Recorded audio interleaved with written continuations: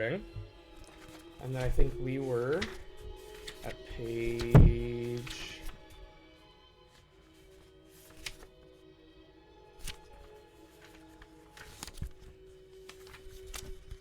Okay.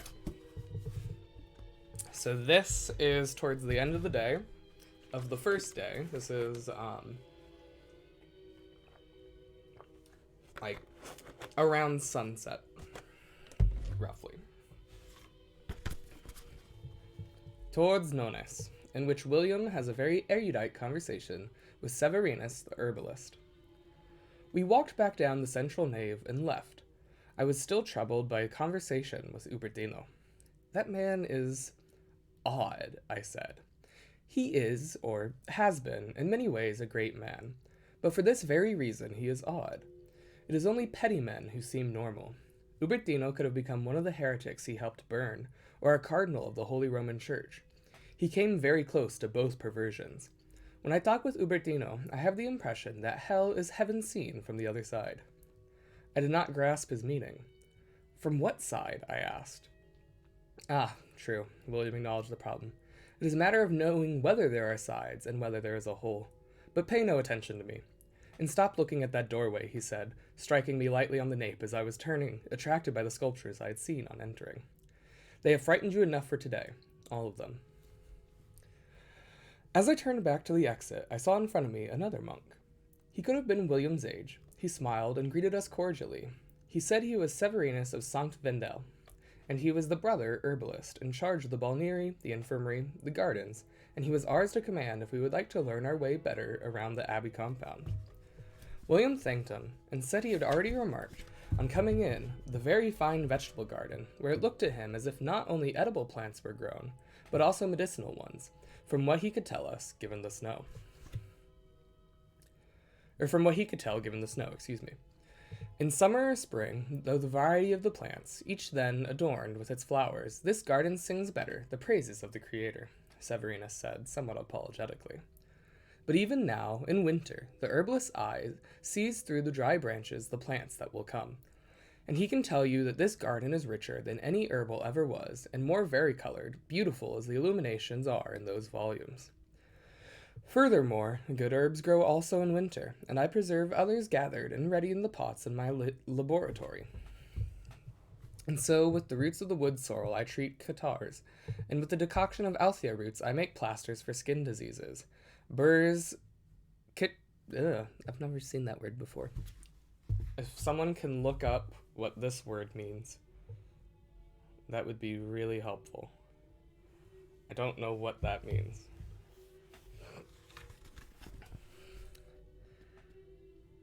Burrs cicatrize eczemas. By chopping and grinding the snake root rhizome, I treat diarrheas and certain female complaints. Pepper is a fine digestive. Colt's foot eases the cough, and we have a good gentian also for the digestion. And I have glycyrrhiza and juniper for making excellent infusions, and elderbark with which I make a decoction for the liver, soapwort whose roots are macerated in cold water for catarrh, and valerian whose properties you surely know. You have widely varied herbs and suited to different climates. How do you manage that? Scar forming? Oh, okay. I see. That's weird. That's I'd be interested. Kikatri. Trees. The verb form is to become healed by scarring. Okay. So the plant burrs heal eczema by making scars. Okay. Interesting. On the one hand, I owe it to the mercy of the Lord, who set our high plain between a range that overlooks the sea to the south and receives its warm winds, and the higher mountain to the north, whose sylvan balsams we receive. And on the other hand, I owe it to my art, which unworthily I learned at the wish of my masters. Certain plants will grow even in an adverse climate if you take care of the terrain around them, and their nourishment and their growth. But you also have plants that are only good to eat? Ah, my hungry young colt, there are no plants good for food that are not good for treating the body too, provided they are taken in the right quantity. Only excess makes them cause illness. Consider the onions. Warm and damp, in small quantities, they enhance coitus. for those who have not taken our vows naturally, but too many bring on a heaviness of the head to be combated with milk and vinegar. A good reason, he added slyly, why a young monk should always eat them sparingly. Eat garlic instead. Warm and dry, it is good against poisons, even if they say that eating too many of them at night induces bad dreams. Far less, however, than certain other herbs that even provoke evil visions. Onion enhances that, noted. So, to be clear, what they're talking about here is humor theory, which is that everything is warm, cold, wet, is warm and cold, or wet and dry, or wet or dry, right? And so each humor, which is blood, yellow bile, white bile, I think that's what it's called, and then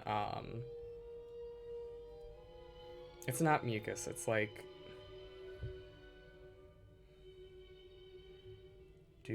anyway, let me look real quick.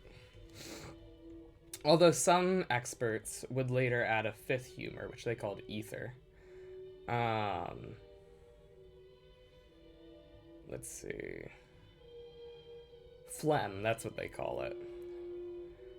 The four humors are... I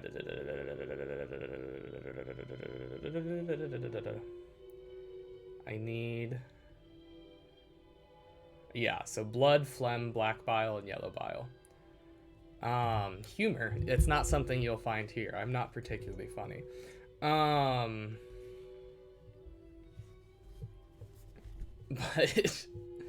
But basically, these concepts are like how a lot of ailments were understood for a very long time, which, to be fair, like, it sounds kind of silly, but it actually does make a lot of sense. So, like, let's say a disease is thought to be caused by warm air, like warm and wet air. Like, let's say malaria.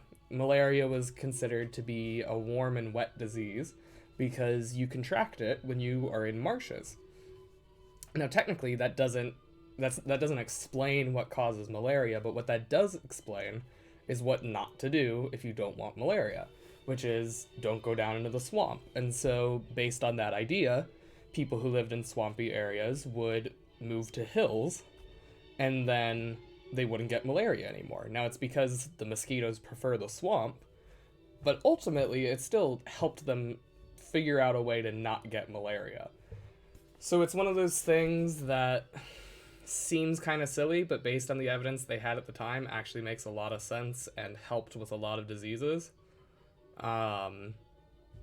It's only when you get into like certain really specific things where it's like, oh, you guys like really were not helping the patient, but like there's no way they could have known that.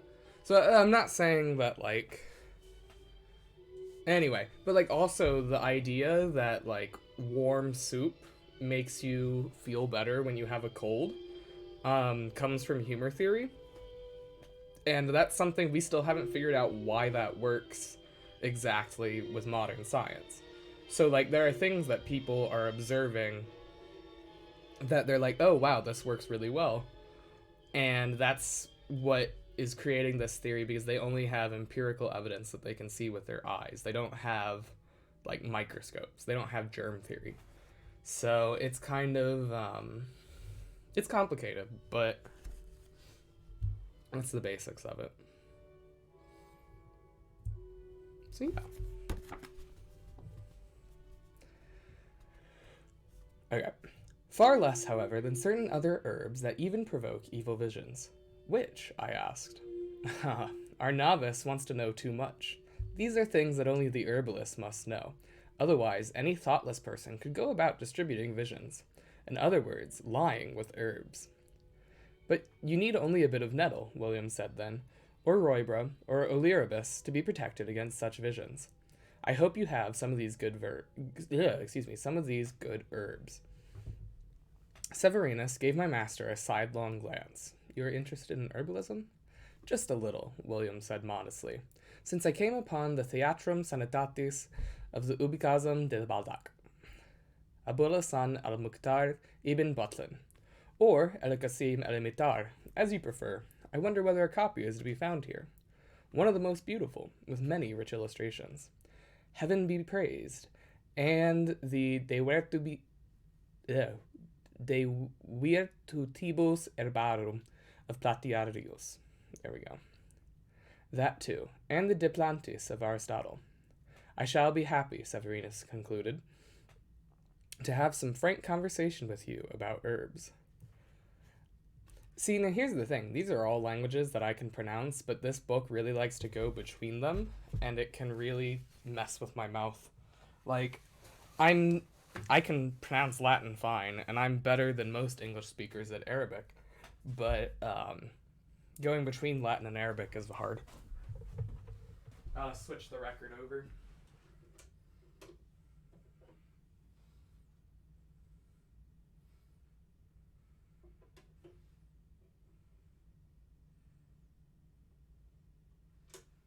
There we go.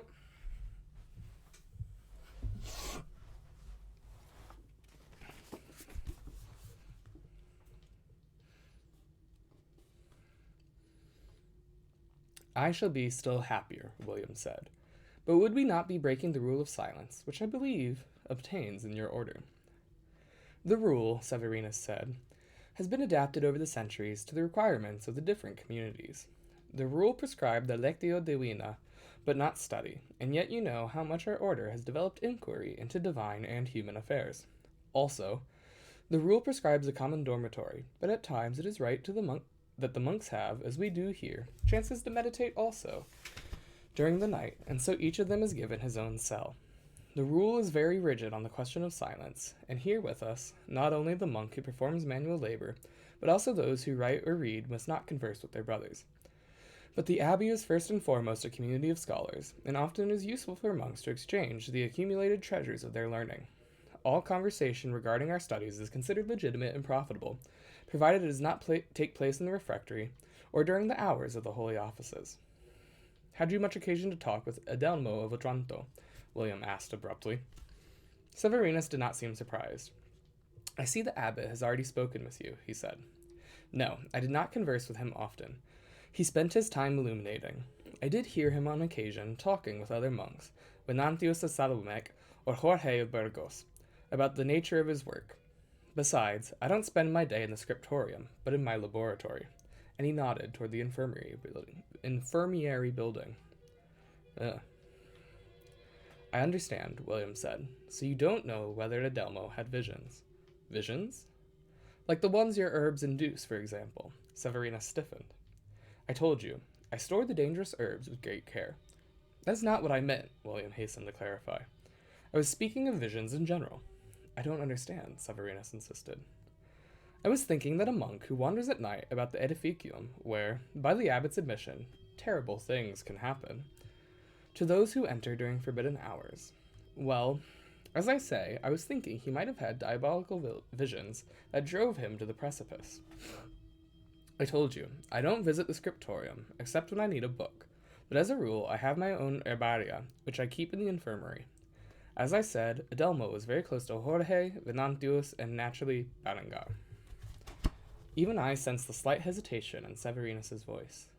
Nor did it escape my master, Berengar. And why naturally? Berengar of Arundel, the assistant librarian. They were of an age, they had been novices together. It is normal for them to have things to talk about. That is what I meant. Ah, that is what you meant, William repeated. And to my surprise, he did not pursue the matter. In fact, he promptly changed the subject. But perhaps it is time for us to visit the edificium. Will you act as our guide? Gladly, Severinus said, with all too evident relief. He led us along the side of the garden, and brought us to the west facade of the edificium. Facing the garden is the door leading to the kitchen, he said, but the kitchen occupies only the western half of the ground floor, and the other half is the refectory. And at the south entrance, which you reach from behind the choir in the church, there are two other doors leading to the kitchen and the refectory.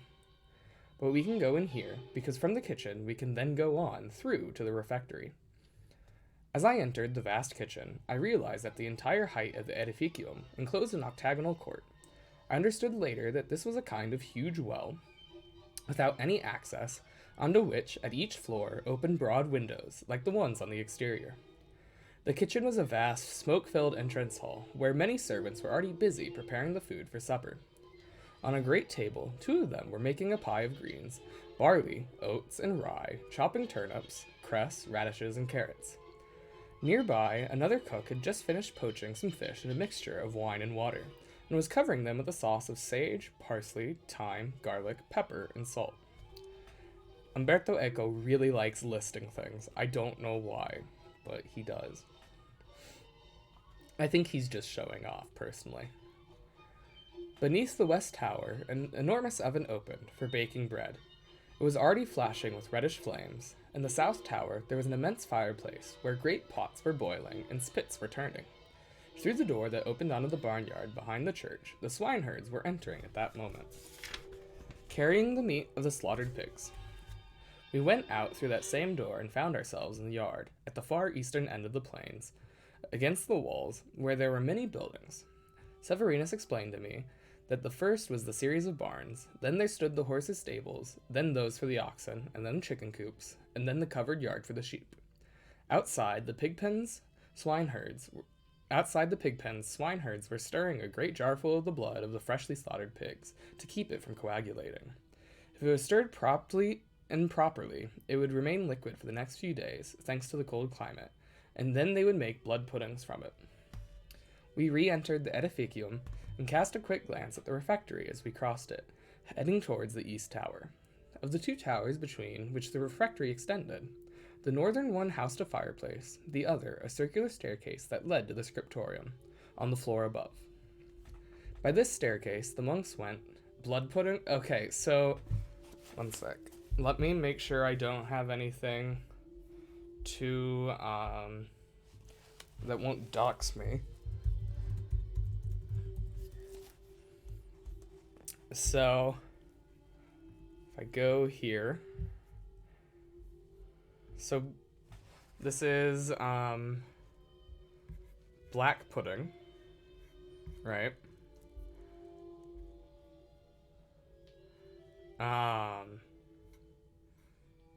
Right?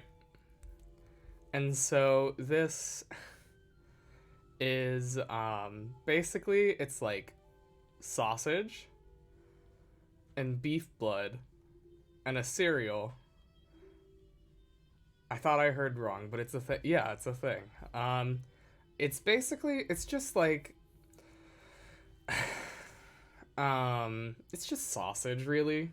Like, blood pudding makes it sound like something it's not.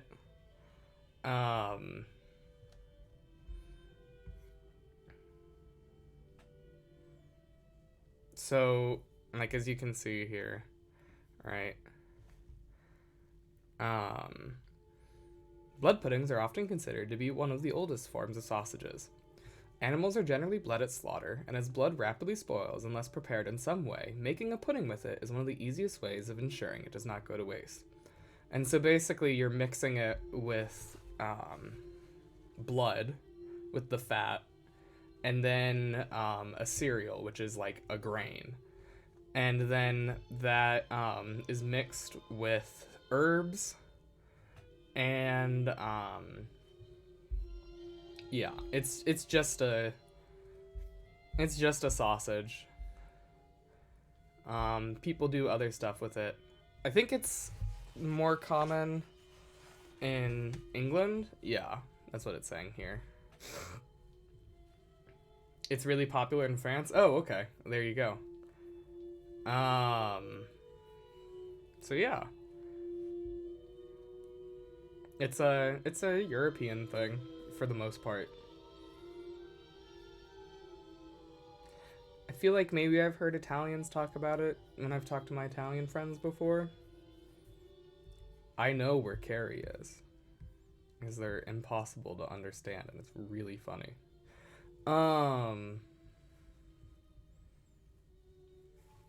But you know.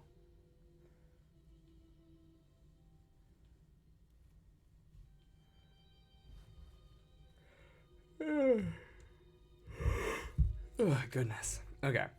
Well, with that out of the way, back to the map of the Abbey. Where was I? Ah, here we are.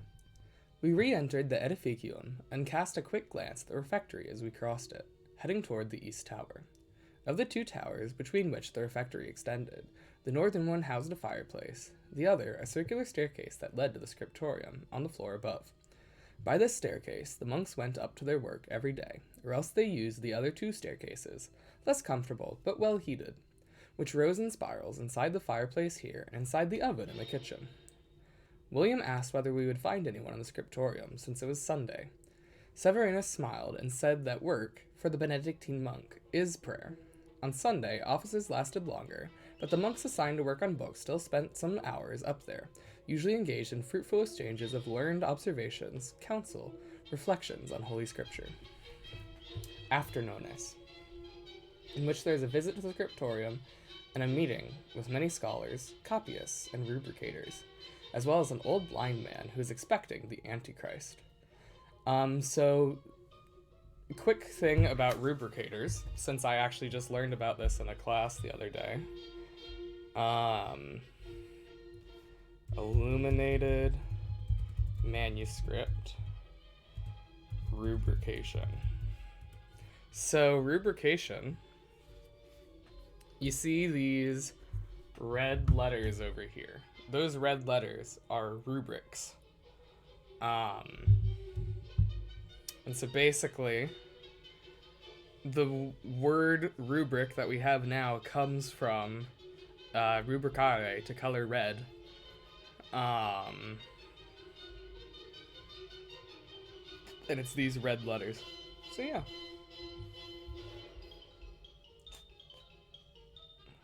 Oh wait, I didn't put it on the, sorry.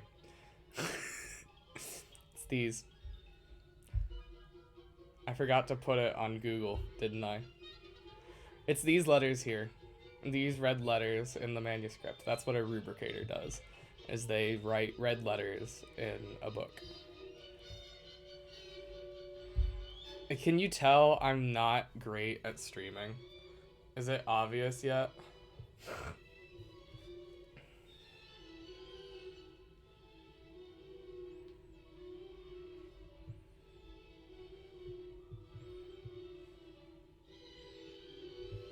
Interesting. Yeah.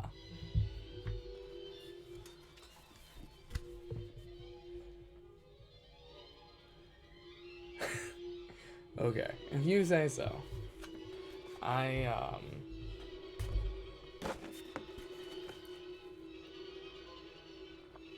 The big thing is I don't really have a lot of experience with stuff like OBS. I don't really have time to figure out how. That reminds me of those ancient Bibles with red letters. So yeah, so the, not to get really, I mean, you're fine. This book is going to be full of religious references. It's a nature of talking about this period of medieval Europe. Illuminated manuscripts are commonly used in, or are a very common way of making Bibles and other texts. It's how, like, fancy, and actually just how, like, a lot of regular manuscripts are made. But it's a pretty common process, which means that a lot of Bibles from the period are written that way. Because all manuscript really means is something that was handwritten. So, because it means, it's literally manuscriptus is written by hand. So, yeah, it's just, and so then illuminated manuscript is just a process of illustrating. That's all illumination really means. Now what it comes from is the fact that there's gold leaf in illuminated books a lot of times, which makes it sparkle, which makes it feel like it's illuminated. Yeah, Latin. So yeah, that's kind of what... Manuscript is a really, really broad term. So yeah. Alright. It'd be really helpful if this track was playing, like, during, like, a big reveal or something. But that's okay. As we climbed up, I saw my master observing the windows that gave light to the stairway. I was probably becoming as clever as he, because I immediately noticed that their position would make it difficult for a person to reach them. On the other hand, the windows of their refectory, the only ones on the ground floor that overlooked the cliff face, did not seem easily reached either, since below them there was no furniture of any kind. When we reached the top of the stairs, we went through the east tower into the scriptorium, and there I could not suppress a cry of wonder. This floor was not divided in two like the one below, and therefore appeared to my eyes in all its spacious immensity. The ceilings, curved and not too high, lower than in a church, but still higher than any chapter I ever saw, supported by sturdy pillars, enclosed a space suffused with the most beautiful light, because 3 enormous windows opened on each of the longer sides, whereas a smaller window pierced each of the 5 external sides of each tower. 8 high, narrow windows, finally, allowed light to enter from the octagonal central well. The abundance of windows meant that the great room was cheered by a constant diffused light, even on a winter afternoon. The panes were not colored like church windows, and the lead-framed squares of clear glass allowed the light to enter in the purest possible fashion, not modulated by human art, and to illuminate the work of reading and writing. I have seen at other times and other places many scriptoria, but none where there shone so luminously in the outpouring of physical light in which made the room glow. I'm glad you guys, everyone gets so much use out of the munch emote. It's a good emote.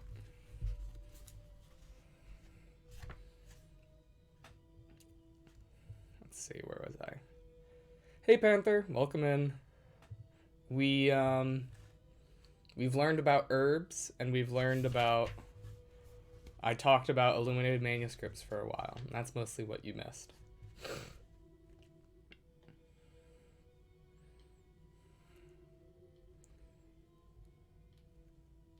Oh, and we learned about blood pudding, which is like old sausage.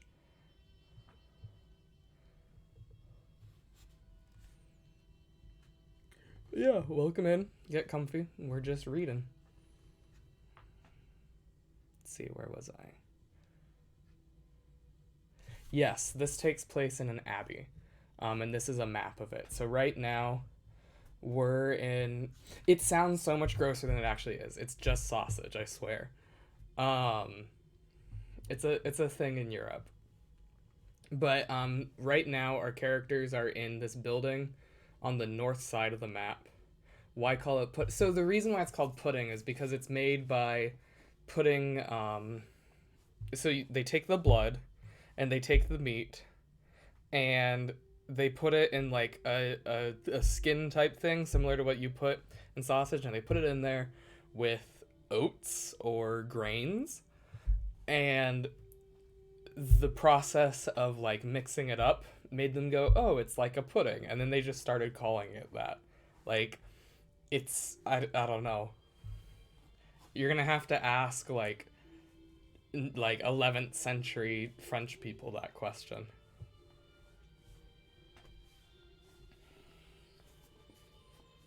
But you know, people like it. People still eat it in Europe. Let's see, where was I? Oh yeah, but this big building on the north side of the abbey is where our characters are right now.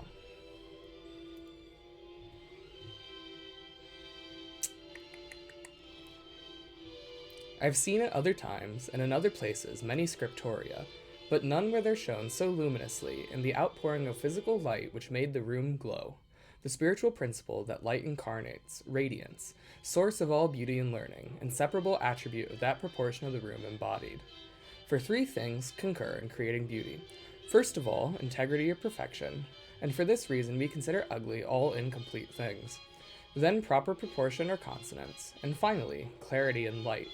And in fact, we call beautiful those things of definite color. And since the sight of the beautiful implies peace, and since our appetite is calmed similarly by peacefulness, by the good and by the beautiful, I felt myself filled with a great consolation, and I thought how pleasant it must be to work in that place. As it appeared to my eyes, at that afternoon hour, it seemed to me a joyous workshop of learning. I saw later at St. Gall a scriptorium of similar proportions, also separated from the library. In other convents, the monks worked in the same place where the books were kept, but not so beautifully arranged as this one. Antiquarians, librarians, rubricators, and scholars were seated, each at his own desk, and there was a desk under each of the windows. And since there were 40 windows, a number truly perfect, derived from the decoupling of the quadrigon, as if the 10 Commandments had been multiplied by the 4 cardinal virtues, 40 monks could work at the same time, though at that moment there were perhaps 30.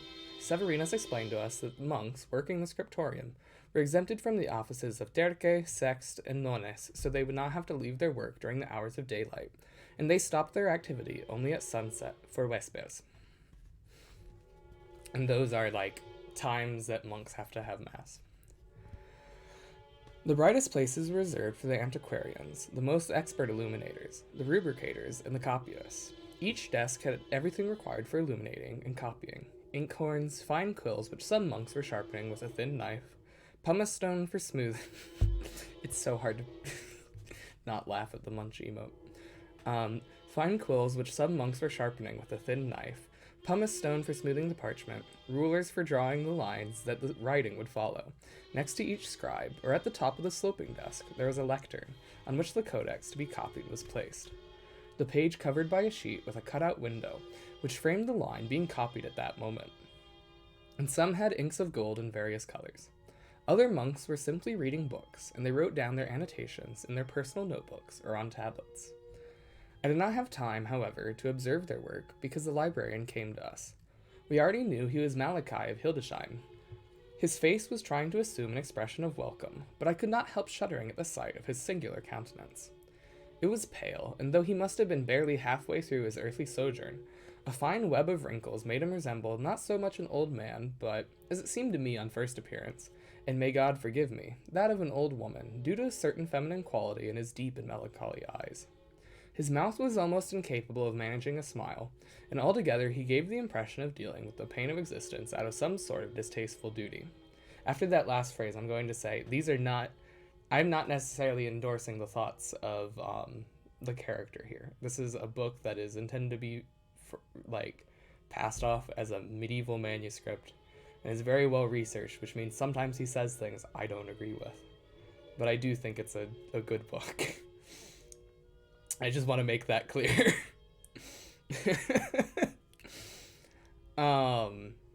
Anyway. He greeted us politely, however, and introduced us to many of the monks who were working at that moment. Of each, he also told us what task he was performing, and I admired the deep devotion of all to knowledge and to the study of the divine word. Thus I met Venantius of Salvamek, translator from the Greek and the Arabic, devoted to that Aristotle who surely was the wisest of all men; Benno of Uppsala, a young Scandinavian monk who was studying rhetoric; and Amaro of Alessandria, who had been copying works on loan to the library for a few months only, and then a group of illuminators from various countries. Patrick of Clonmacnois? I don't know how to say that. Someone said that it's popular, and I think Lick said it's popular in France. I don't know if you're French, but I'm really sorry if I butcher your language. I'm really bad at it. I only know, sailor French. So, I'm very sorry if you are French. Oh, shit. Okay. God. I forgot that was I don't even know how I want to say this. Should I roll my R? That was a really bad R roll. Let me see if I do that better. No, I can't do it right now. Let's see. There we go. That was okay. I'll count that one. I hope that was good enough. No problem, I'm doing great. Okay, that's good. Clonmacnois. I entirely forgot I had that redeem. I've forgotten about most of these redeems. I think I have one that's back when Kamisato fried chicken is from when I had a very specific profile picture for a long time. Please no one redeem IRL voice ban if you get there while I'm reading. And thank you for the bongo.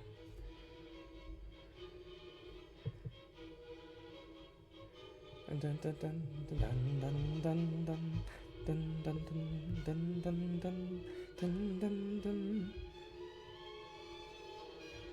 Da, da, da, da, da. Where was I? At any rate, he greeted us politely. Okay, so we were in this. The list could surely go on, and there is nothing more wonderful than the catalog, an instrument of wondrous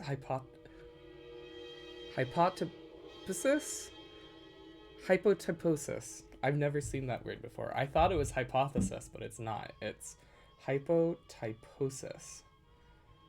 Which even my autocorrect is like, that's not a word.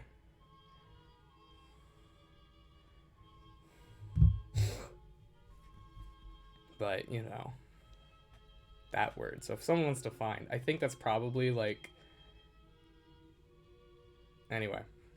But I must come to the subject of our discussion, from which emerged many useful indications as to the nature of the subtle uneasiness among the monks, and some concerns not expressed that still weighed in all our conversations.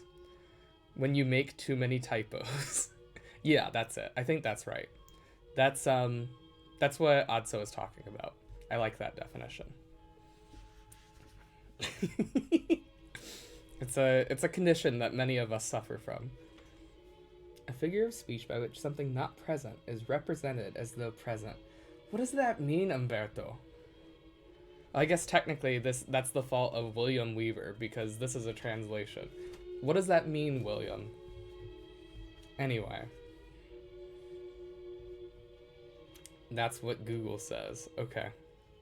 I mean, I guess I can kind of see why that word was used there. Anyway. My master began speaking with Malachi, praising the beauty and the industry of the scriptorium, and asking him for information about the procedure for the work done there, because, he said very acutely, he had heard this library spoken of everywhere, and would like to examine many of the books. Malachi explained to him what the abbot had already said. The monk asked the librarian for the work he wished to consult, and the librarian then went to fetch it from the library above, if the request was justified and devout. William asked how he could find out the names of the books kept in the cases upstairs, and Malachi showed him. Fixed by a little gold chain to his own desk, a voluminous codex covered with very thickly written lists.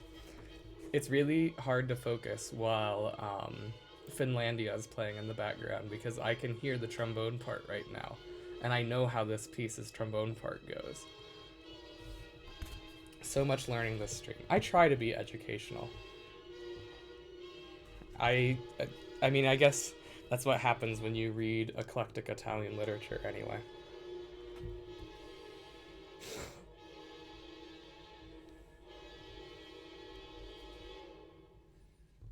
William slipped his hands inside his hat. I think that's the end of this record, actually. So before I start reading, let me go pick a different vinyl.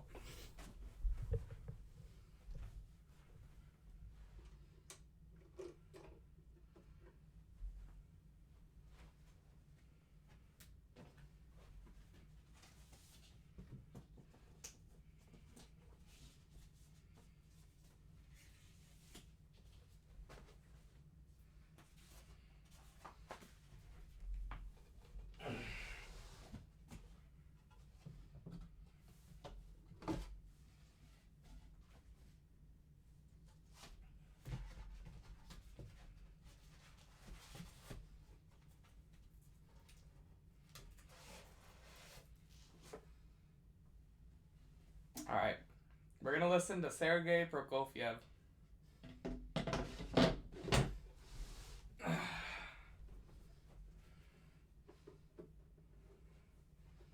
If I can get it out of the box. Come on. Excuse me.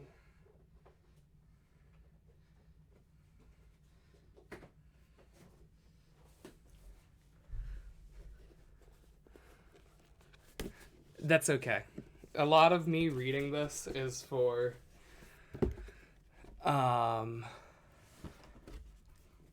like, part of why I'm reading this is because there's not really a good audiobook out there.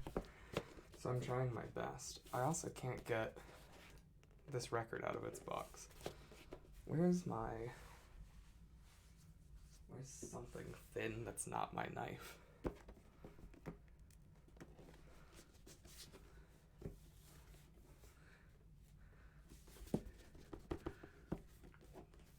Okay, we might have to listen to something that's not Sergei Prokofiev, but I really wanted to listen to this album. Come on.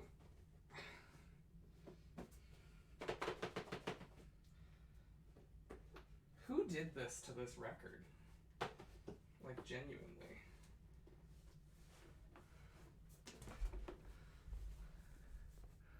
Alright. For the sake of time, I'm going to work on that later. So, what else have we got in here? Okay, in that case, we're going with a serious vibe change.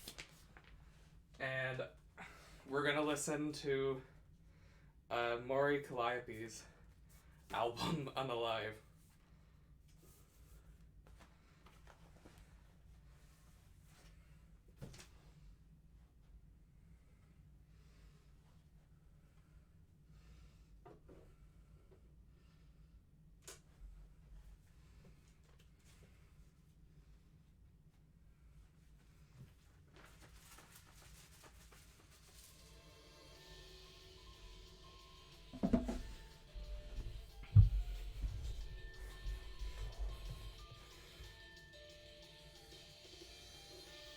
A Renaissance man. I try my best.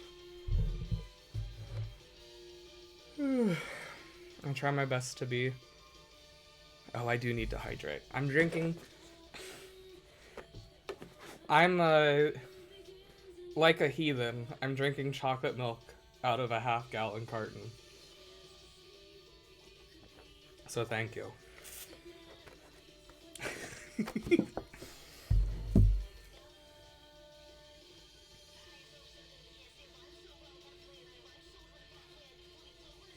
Oh, but what I was saying, College Gremlin, it really is.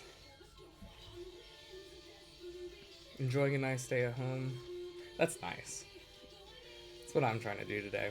I might wrestle with my friend later. We'll see. As I was saying though, there's not really a great... Oh, I should probably turn... Oh, actually... Okay, I know I said we'd listen to this, but since I'm trying to upload this to YouTube as a purpose of being a sort of audio version of this book, because there's not a great one, I just realized that this music is copyrighted and I can't put it on YouTube.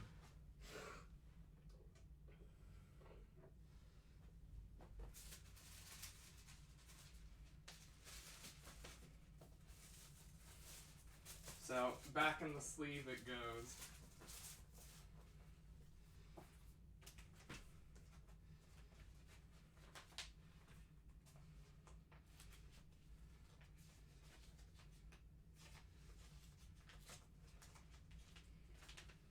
Okay, I'll do that later. Alright.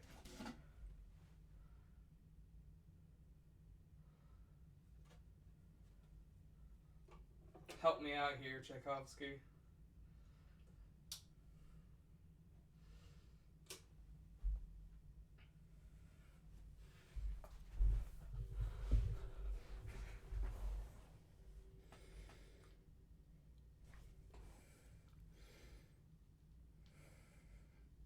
Oh, man, I'm sorry you're sick. Licked.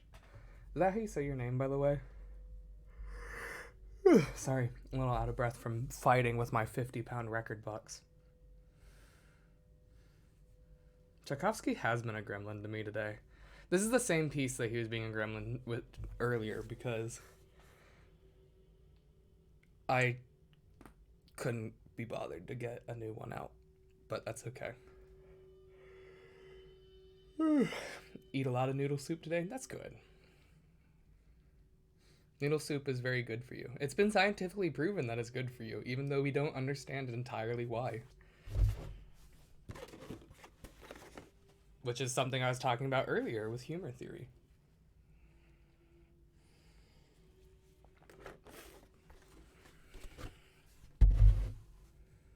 Noodles are just fun. That is also true. But, oh, as I was saying, though, a big part of why I want to read this is there's not a lot of great recordings of it. I'm not even sure if there are any. And so I want there to be an audio recording out there, even if it's, not the best version in the world. So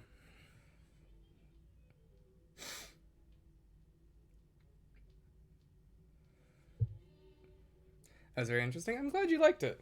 A lot of times people don't want to hear me talk about, like, obscure medieval things. So I'm glad someone is interested. Is this an older novel? It was published in Italian in 1980 and then translated into English by William Weaver in 1983. It's just a bit obscure. It's very dense, and I would say it has a high expectation of the reader to know about certain things to be able to enjoy it. So it gained a lot of popularity among academics who aren't great about making recordings of things, because academics tend to bring all the medieval nerds to the yard. My massive longsword brings all the medieval nerds to the yard. I'm sorry. My mom watches this. I really shouldn't say things like that. You're obviously passionate about it, which is cool. Oh, thank you. I appreciate that. I really need to... I gotta stop saying unhinged stuff on stream. And shout out to that one time when I forgot my mom was streaming and I was playing Fire Emblem and I said, "Step on me, Edelgard." And my mom was like, "Holly, what the hell?" My Zweihander does the same. That's very good. I wish I had a Zweihander. I don't, unfortunately.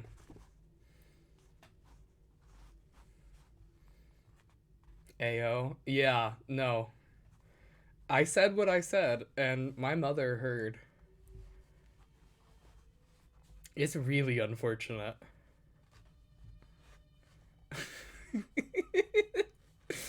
I really need to keep a better filter on myself. I'm better than I used to be. Those words aren't in the Bible. I beg to differ. I assure you that step, on, and me are all in the Bible at some point. They're just not together.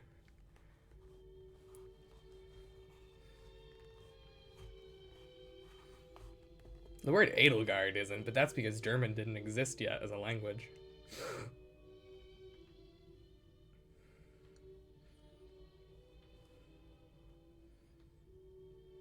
Sorry, Mom, DGen. It wasn't even DGen hours. It was like 4 in the afternoon.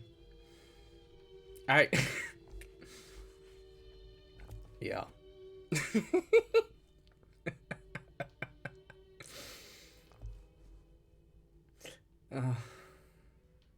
I'm better than I used to be. I'm a lot better than I used to be. I used to have... See, these conversations, though, are why no one's going to want to, like, play this in an academic context, because I'm on stream and I'm saying stupid shit. But that's okay. Someone will listen to it, probably. But anyway.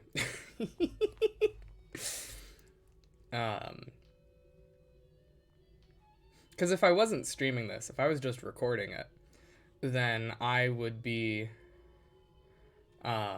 showing this to my professors.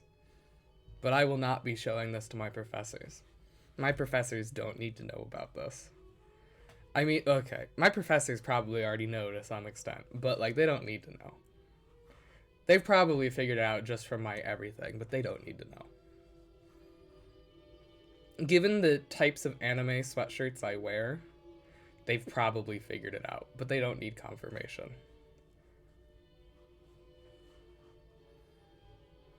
Because, I mean, my favorite sweatshirt is a Monarch hoodie where she's got a rapier and there's, like, blood coming off of it. And I feel like that says a lot about my type, but, you know, keep them guessing. Yeah, guessing. That's what they're doing. Totally. I've definitely never commented about warrior goddesses before. Never. Mm-mm. Mm-mm. Mm-mm. I've never said anything about Ishtar. Never. Truly a good take. Thank you. I like to think I'm very based.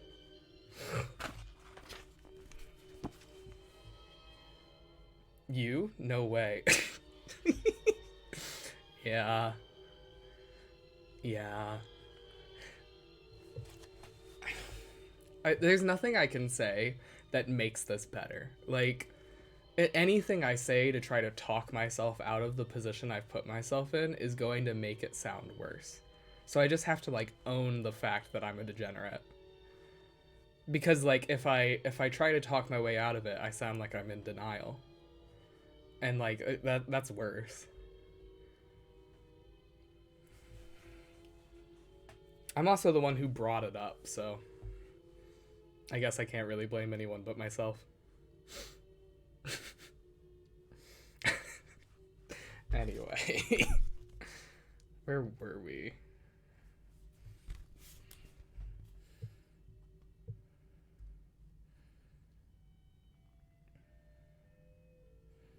Okay.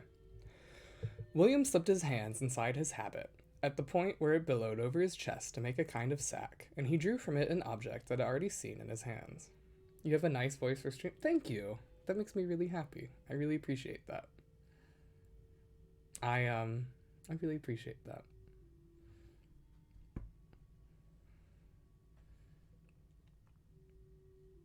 My ears aren't red, yours are red. It's not me at all. Over his chest to make a kind of sack, and he drew from it an object that I'd already seen in his hands, and on his face in the course of our journey.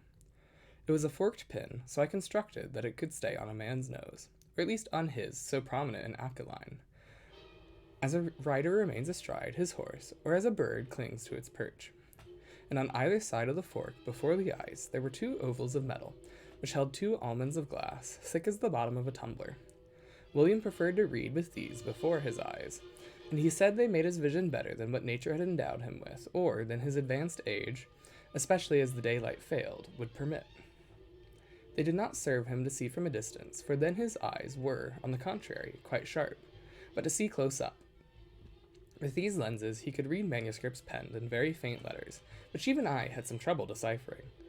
He explained to me that, when a man had passed the middle point of his life, even if his sight had always been excellent, the eye hardened, and the pupil became recalcitrant, so that many learned men had virtually died as far as reading and writing were concerned. After their 50th summer. Tchaikovsky, can you keep it down, please? Like, shh. I know you're writing about the glory of Russia, but please keep it down. Well, the glory because he was told to write about the glory of Russia because he was forced to. But, you know, it's actually not about the glory of Russia. He's writing about how much he hates it. Anyway. That's a side conversation. So that many learned men had virtually died as far as reading and writing were concerned after their 50th summer. A grave misfortune for men who could have given the best fruits of their intellect for many more years. So the Lord was be praised, since someone has devised and constructed this instrument, and he told me this in support of the ideas of Roger Bacon, who had said that the aim of learning was also to prolong human life. Devious Tchaikovsky. Yeah, he was really sneaking it in there. It's actually not about how great Russia is. It's about how stifled he feels as an artist and as a person. But he makes it sound like it's about how great Russia is.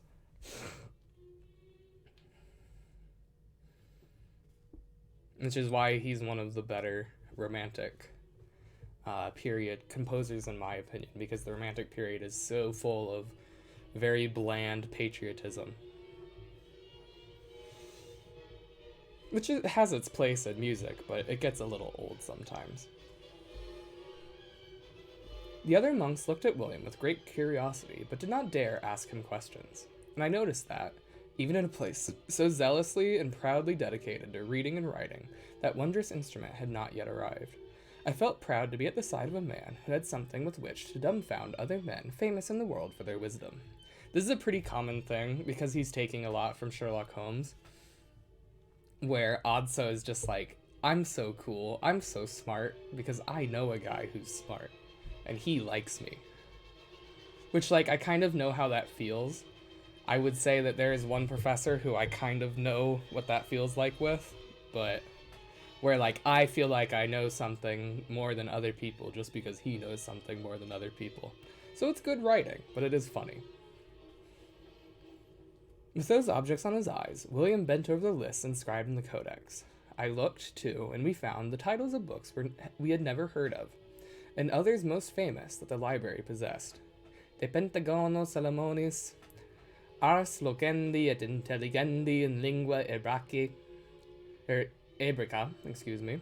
Rebus Metallicis by Roger of Hereford, Algebra by Alcuarismi, translated into Latin by Robertus Angelicus, the Punica of Silius Italicus, the Gesta Francorum de Laudibus Sancte Crucis by Rabanus Maurus, and Flavi Claudi Giordani de Etate Mundi et Hominis Reservatis Singulis Literis per Singulos Librus ab a usque ad se.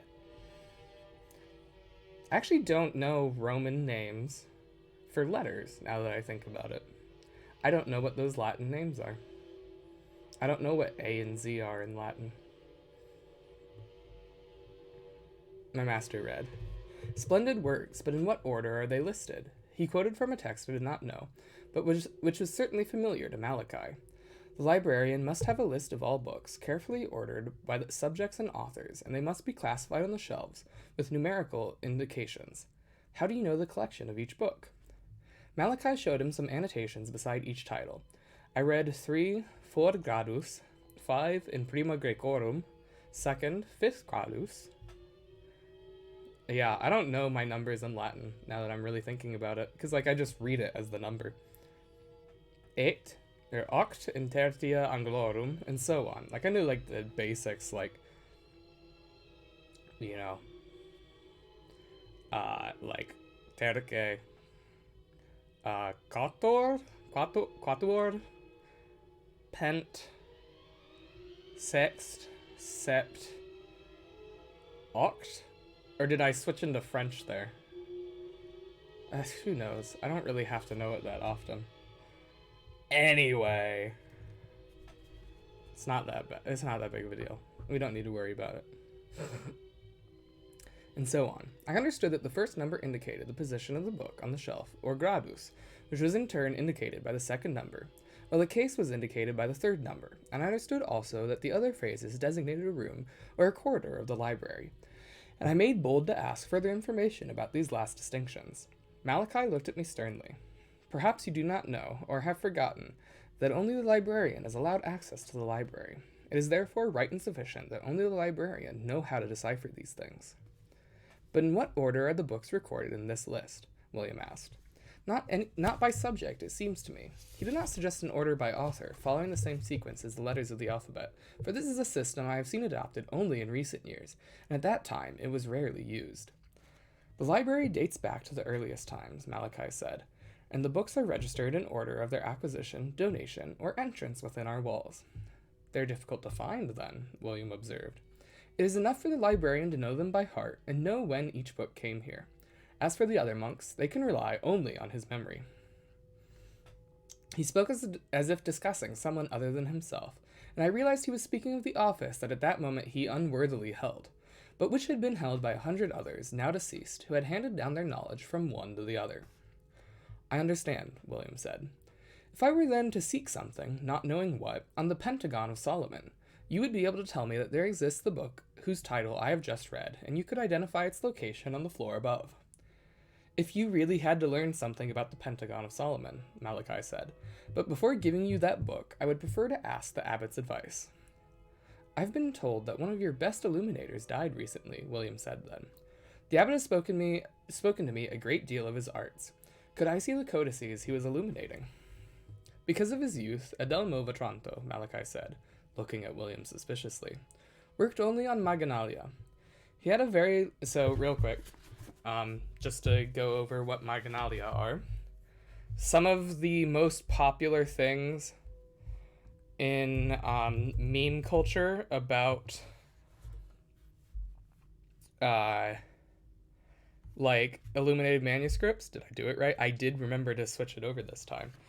Are marginalia, which don't always make or don't always have something to do with like what's going on in the text. In fact, a lot of times they don't. Like here we have the butt trumpets that are so famously used in Monty Python. But there's also like a lot of very commonly drawings in the margins of text. Yes, that's what these are. They're basically just added decoration. This is the very common thing of a knight fighting a snail, which is like, yes, Panther, and yes, Jan, a butt trumpet. Because it's funny, because it's like he's farting. But it's actually a trumpet. You'll also often see, so this is like also kind of meant to be like sort of funny but sort of not. Unhinged. It's so unhinged. Let's see, where's some of the other like really wild stuff that you'll get in marginalia. This is the most famous one. This is the most famous marginalia. And we actually learn something about how you fight with this type of shield and this type of sword just from this pose. It actually illustrates something that's discussed in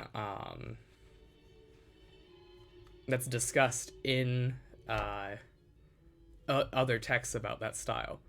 We have more inappropriateness. There's actually an entire genre of marginalia in like academia called obscenities. So there's like a bunch of different types of marginalia, and one of the most common ones is obscenity. But you also commonly get these like role reversals. Like the comedy is that, oh, it's a rabbit with a sword. Isn't that so funny? Because you wouldn't expect that. Like it's an older type of comedy. One of the most famous ones, let me pull it up. Rabbits hunting people. Had drawings from patients with schizophrenia during the... Ooh, that sounds fascinating. I would love to see that stuff. The original etch... Yeah. So, I want this one, but I want all of it.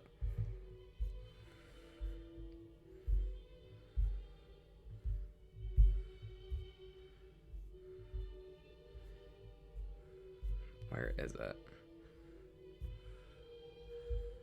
Well, this one should do.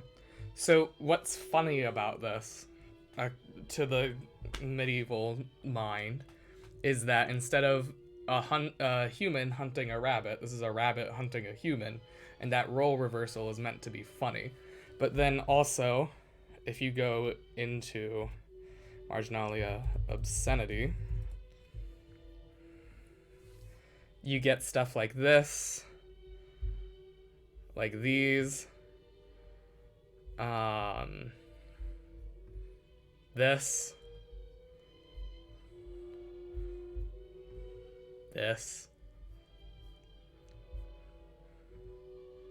a man sticking his finger in his butt. This is all academic, so hopefully I don't get flagged, but yeah, there's a lot of obscenity in medieval manuscripts, and it's really fascinating.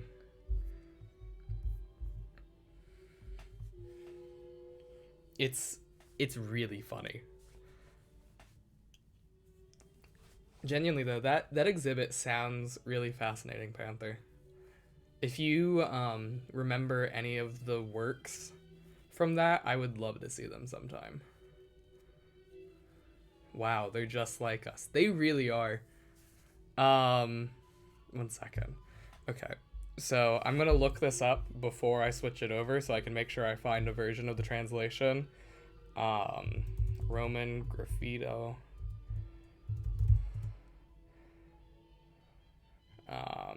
I'll find it. Okay, awesome. Thank you. Just send it to me in the DMs. I'd love to see that. Or you can post in the Discord. Either's fine. Graffito. Goodbye, glorious femininity. Am I allowed to show the word penis on...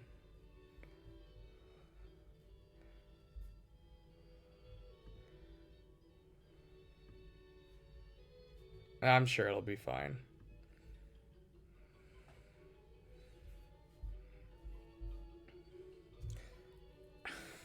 I want to see... I want the version that's in Latin.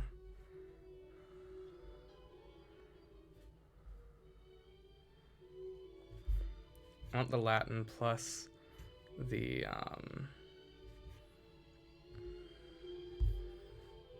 Why does no one put the Latin side by side?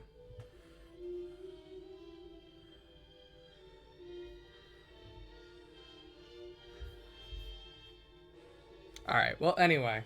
This is on the back wall of a brothel.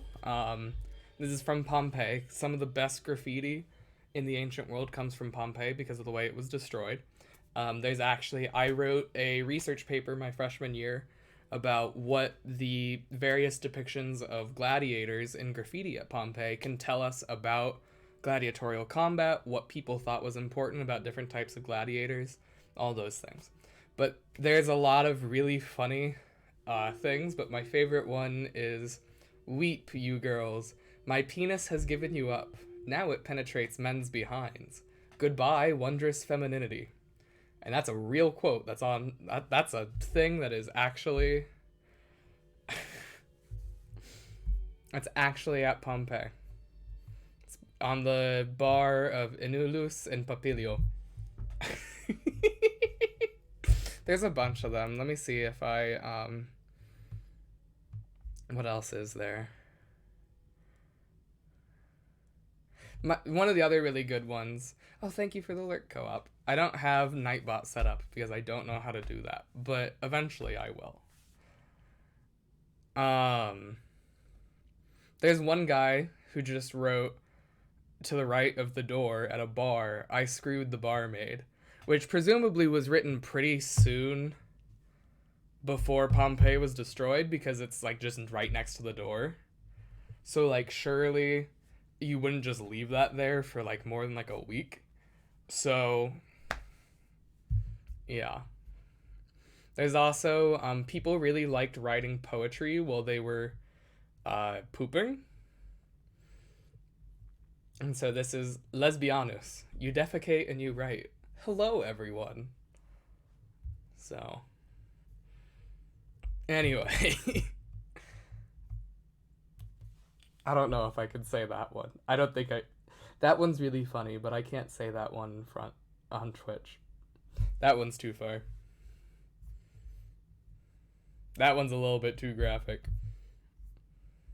Like bathroom stalls. It really is. People wrote like the silliest things. Can we park on this real quick? Sure. What's up?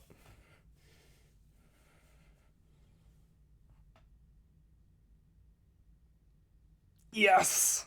Well, so actually, most of the bathroom graffiti at Pompeii is actually where someone, presumably quite poor, was just like pooping in an alleyway. So, presumably, yeah, there's a lot of really crazy stuff that's found at Pompeii. I've baked bread before that a chef and an archaeologist worked together to reconstruct a recipe based on loaves of bread that were carbonized in the eruption of Vesuvius.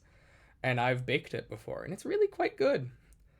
But yeah, there's a lot of really cool stuff from Pompeii.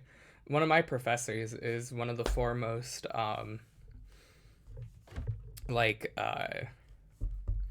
scholars in the study of Pompeii, and I would plug him, but my university is really small, and it would be extremely easy to figure out who I am, so I can't do that. I'm a classical studies. I'm classical civilization major, so I study the ancient world.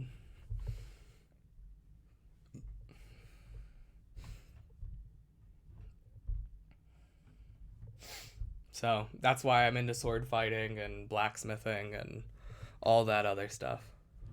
Well, I guess it's not why. I'm into that stuff for the same reason I'm into classical studies, but that's so cool. I've even worked in Italy for a while, so that was pretty awesome. I intend on going back this summer if I can. So, I will crash your classes and listen in. They can be either really interesting or really, really, really boring. A man of culture. I am a man of culture.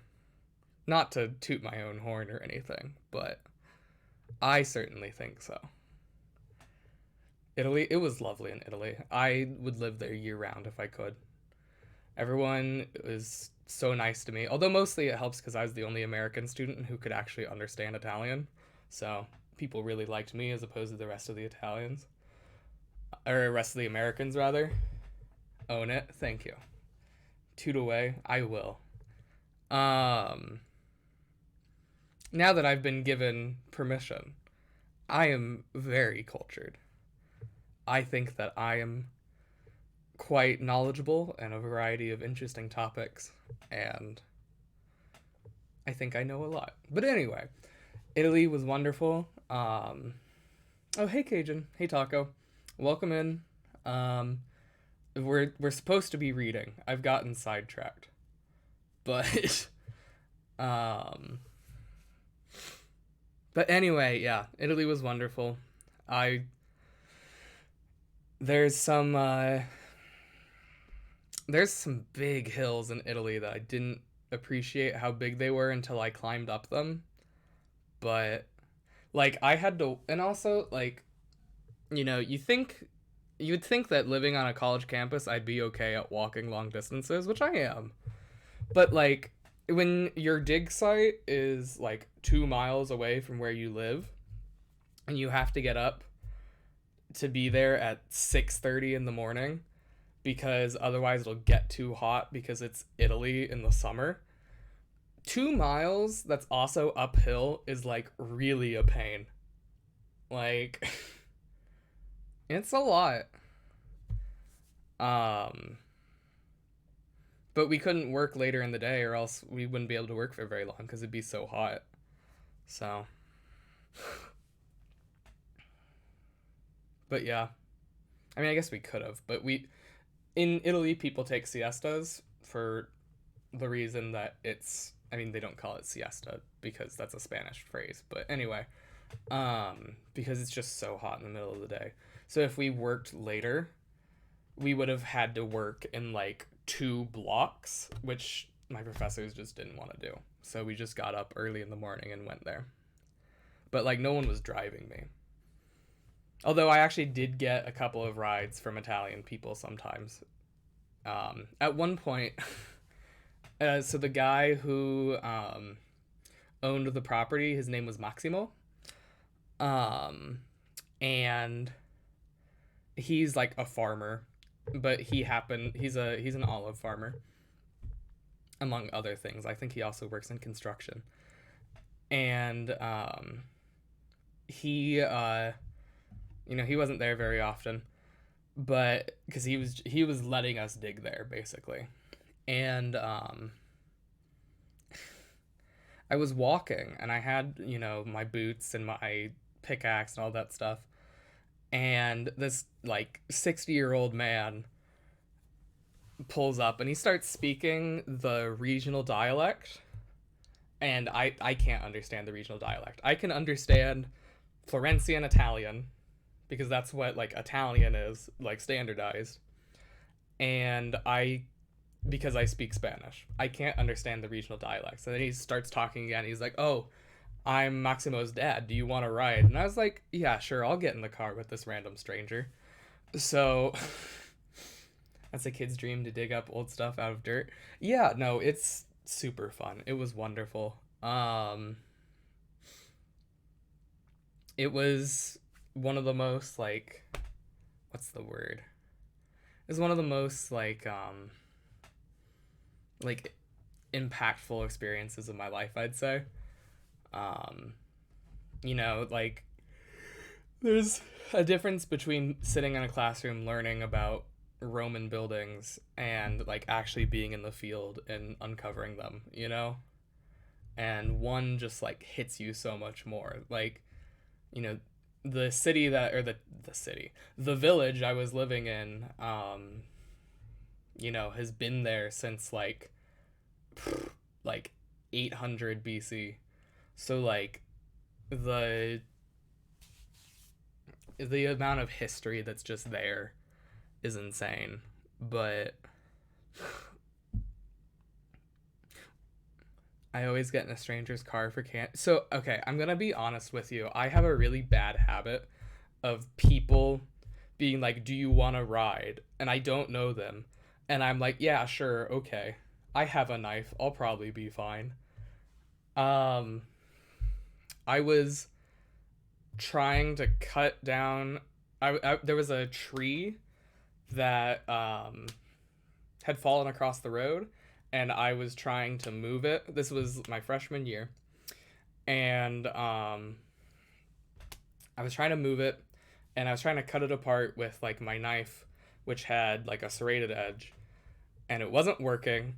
And this guy pulls up and he's like, "Oh, I have a knife. I'll help you too." And we work on it for like 20 minutes, and then he's like, "I have an axe at my place. Do you want to go get it with me?" And like this is just like a 20-year-old who I've never met before. And he doesn't go to my university. He's a farmer. And I was like, "Yeah, okay. I'm probably fine." And it was fine. But I really shouldn't do that. I should have said, "You can bring the axe back here. I'll wait." But, it's fine. I'll probably. It's fine. My mother wasn't very happy when she found out about that.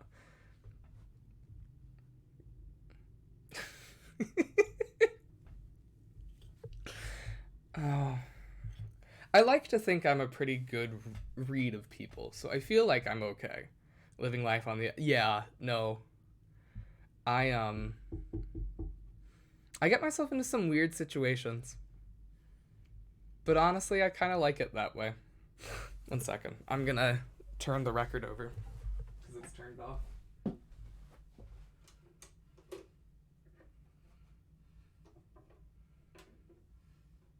All right.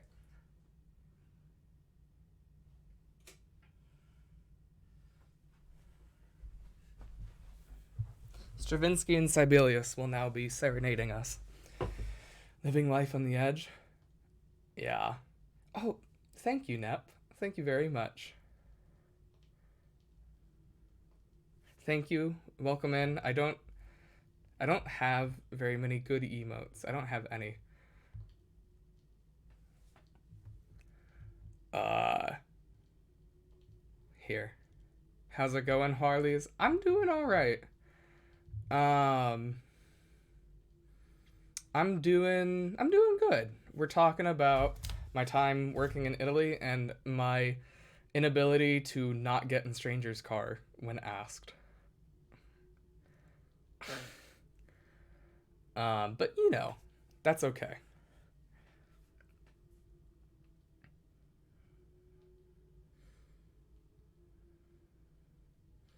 What was I saying? What was I talking about?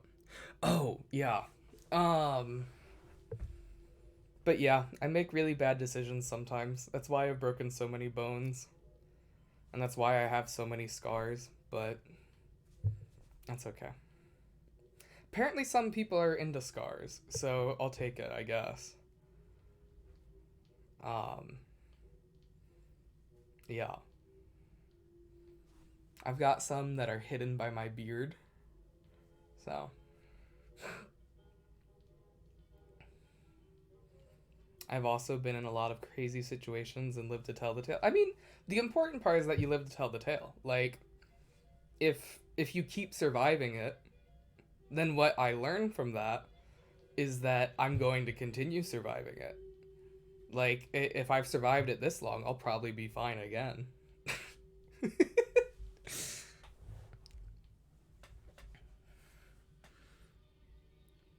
You are obligated to tell me one crazy story on stream later when you stream, because now I've told you a couple of mine, and that's how this transaction works.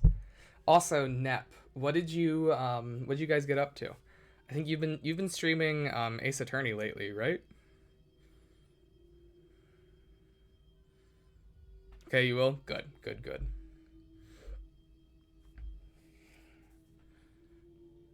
Let's see.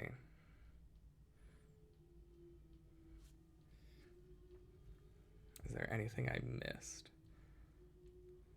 I need to make a book for all my history. I'm nowhere near being able to write a book yet.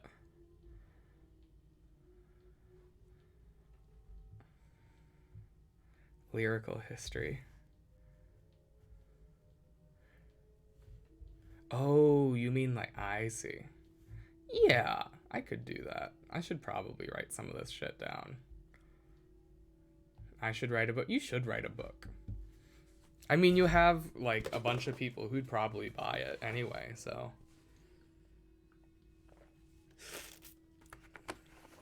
I'd buy it.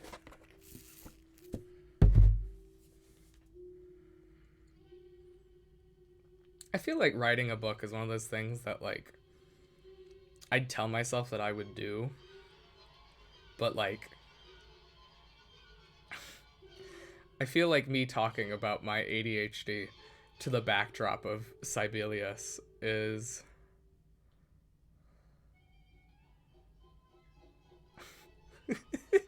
sorry. Thanks, Sibelius. OMG to VTubers. I feel like there's gotta be a publisher who would let you publish under a pseudonym as Lyrical Panther, right? Like, I feel like that's a thing.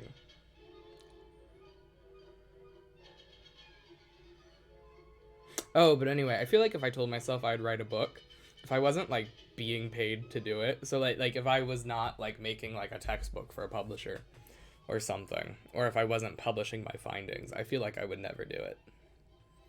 You know? But that's all right.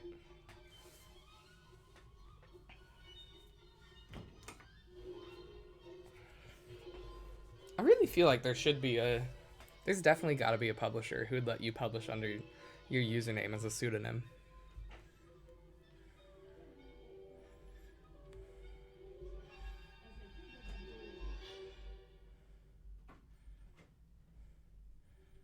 I hope you guys can't hear my roommates.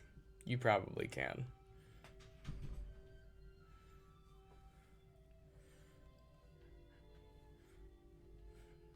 I feel like if you guys could see me right now, I'd look really silly.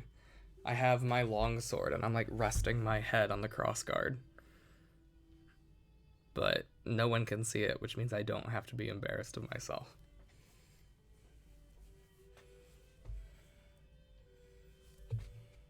My favorite part about this practice longsword is that you can unscrew the pommel, which means that my favorite longsword technique, which is throw the pommel at their face to make them lift their sword up and then stab them, is feasible with this practice longsword.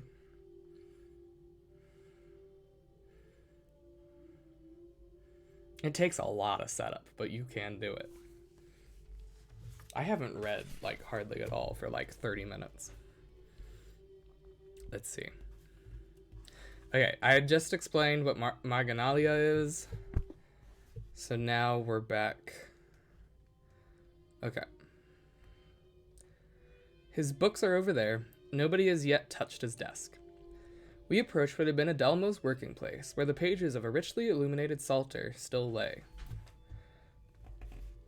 They were folios of the finest velum, which is parchment made of calf skin, the queen among parchments, and the last was still fixed to the desk. Just scraped with pumice stone and softened with chalk, it had been smoothed with the plane, and, from the tiny holes made on the sides with a fine stylus, all the lines that were to have guided the artist's hand had been traced. The first half had already been covered with writing, and the monk had begun to sketch the illustrations along the sides of the text.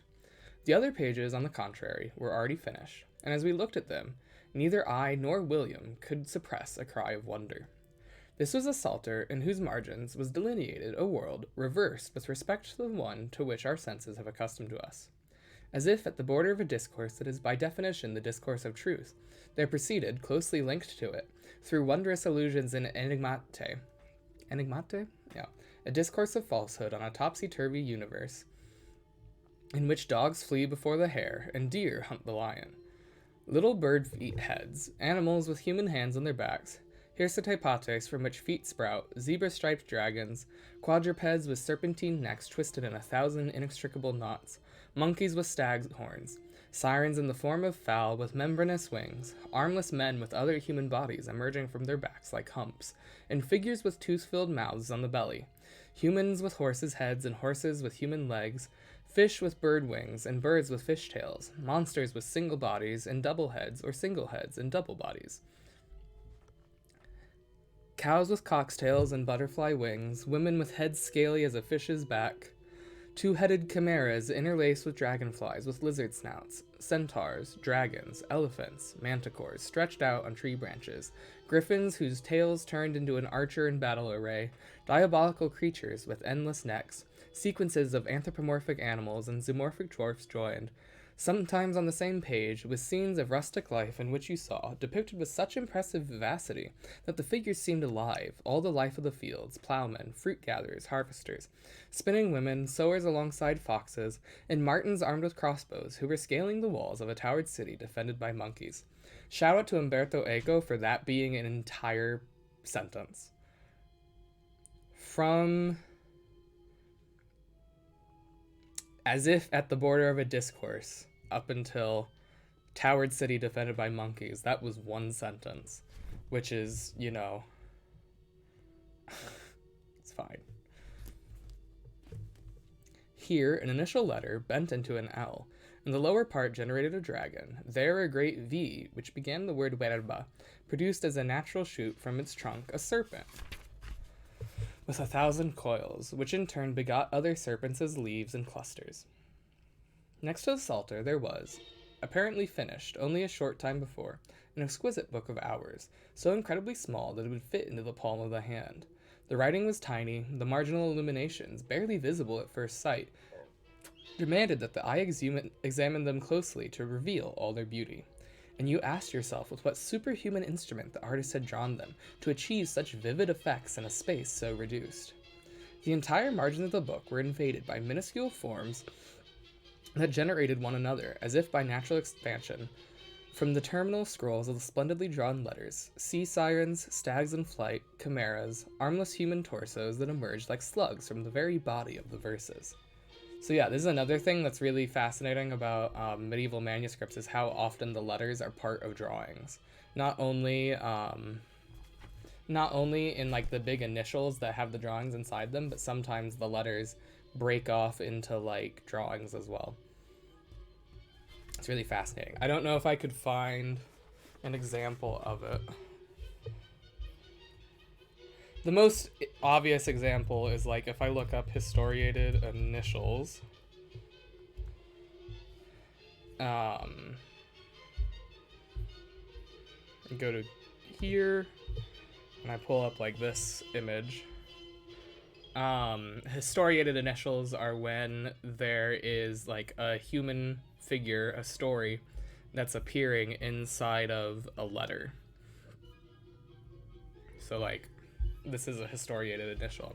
But then there's also zoomorphic initials. And so initials are the big illustrated letters at the start of a sentence. And so like this is an S, I believe, and that's a dragon. Or that's another good example. This is a C, I believe. So yeah. Um,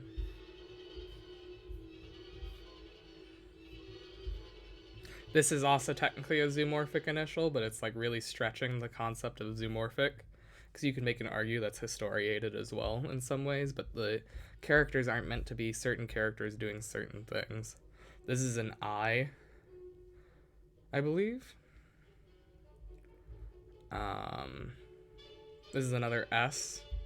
This is a Q.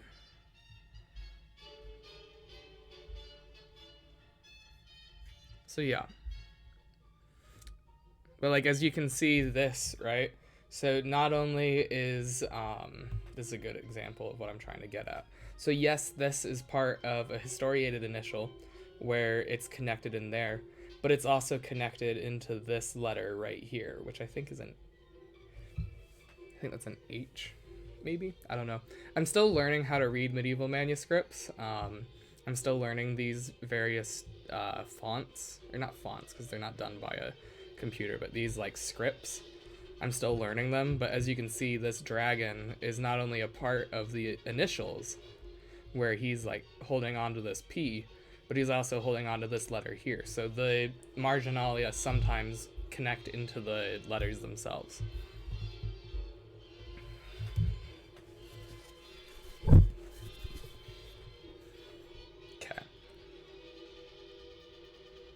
The entire margins of the book were invaded by minuscule forms that generated one another, as if by natural extension, from the terminal scrolls of the splendidly drawn letters. Sea sirens, stags in flight, chimeras, armless human torsos that emerged like slugs from the very body of the verses.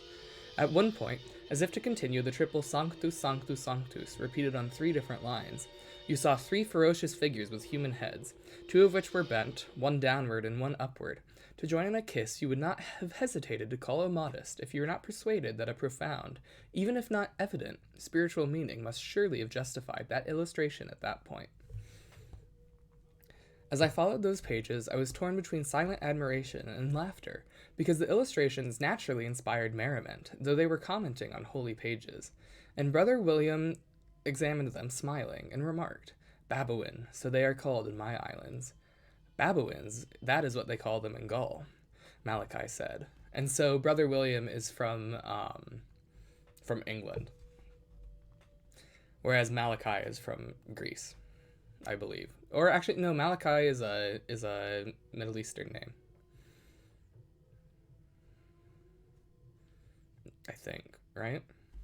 I think that's a name from the Levant. Anyway. Yeah, that'd be a name from the Levant, now that I think about it.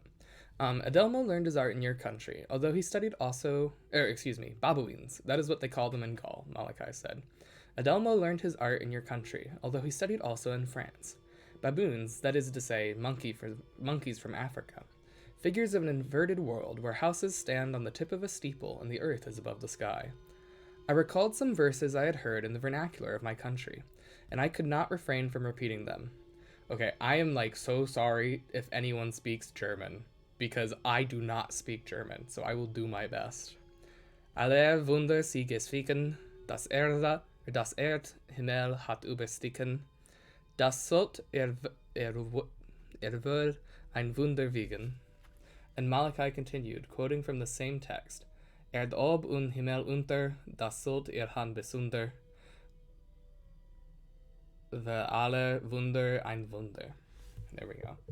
I'm doing my best. German is too complicated.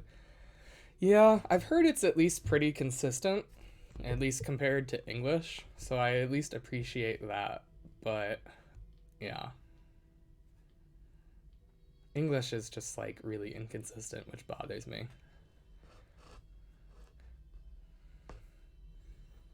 Good for you, Atso, the librarian continued. In fact, these images tell of that country where you arrive mounted on a blue goose, where hawks are found that catch fish in a stream, bears that pursue falcons in the sky, lobsters that fly with the doves, and 3 giants are caught in a trap and bitten by a cock. Heh, cock. It twitched, that meant chicken. Don't ban me. And a pale smile brightened his lips. Then the other monks, who had followed the conversation a bit shyly, laughed heartily, as if they had been awaiting the librarian's consent. He frowned as the others continued laughing, praising the skill of poor Adelmo and pointing out to one another the more fantastic figures. And it was while all were still laughing that we heard, at our backs, a solemn and stern voice. Verba wana autorissui apta non loci. Or locui, excuse me. We turned. The speaker was a monk bent under the weight of his years, an old man white as snow, not only his skin, but also his face and his pupils. I saw he was blind. The voice was still majestic, and the limbs powerful, even if the body was withered by age. He stared at us as if he could see us, and always thereafter I saw him move and speak as if he still possessed the gift of sight. But the tone of his voice was that of one possessing only the gift of prophecy, which in the ancient world, blindness is often considered to go hand in hand with prophecy. The man whom you see, venerable in age and wisdom, Malachi said to William, pointing out to the newcomer, is Jorge of Burgos, older than anyone else living in the monastery, save Alenardo of Grottaferrata. He is the one to whom many monks here confide the burden of their sins and the secret of confession. Then, turning to the old man, he said, the man standing before you is Brother William of Baskerville, our guest. This is really not the right time for this, Stravinsky. Please. I hope my words did not anger you, the old man said in a curt tone. I wish I had, medieval music. I wonder how it would sound if I played medieval music on my computer.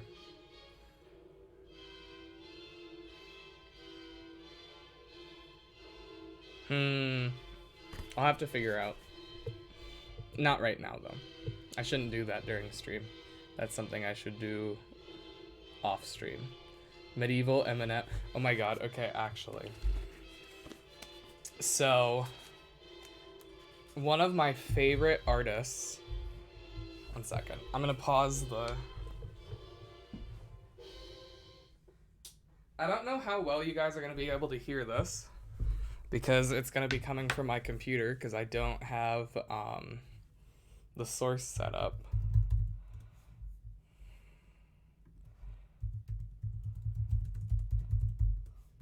Actually, is there a way? One second. How do you, capture audio from YouTube?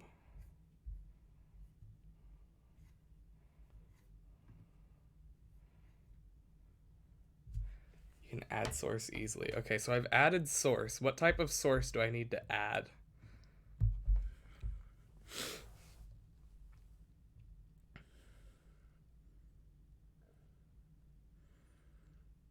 I'm really bad at this. You can do a browser source for a browser. Okay. Add a source. Oh, no, I don't want sound alerts. Although sound alerts does need to be on. Or window capture. Should be window capture. I don't know if window capture works great for the Mac version. Yeah.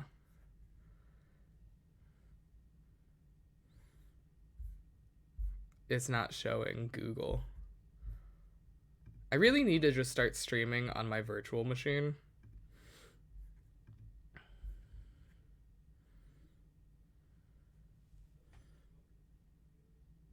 Do the audio beta source. If you have the most update. I'm on Streamlabs. Because on my last computer, it lagged less, but I really need to switch back to OBS now that I have a more powerful computer.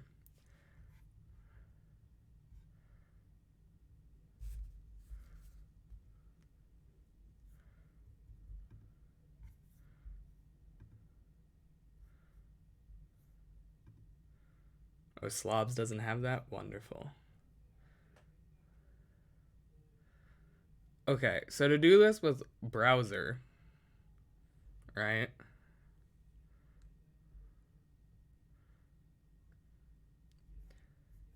Do I put just the YouTube page into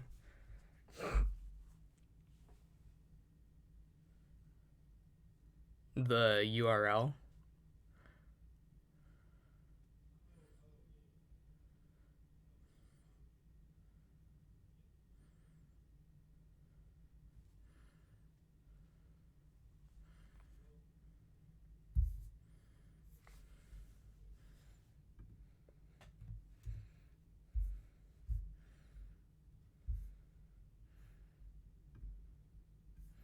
I'm gonna see if this works. Oh, it's not a browser source. Oh, okay.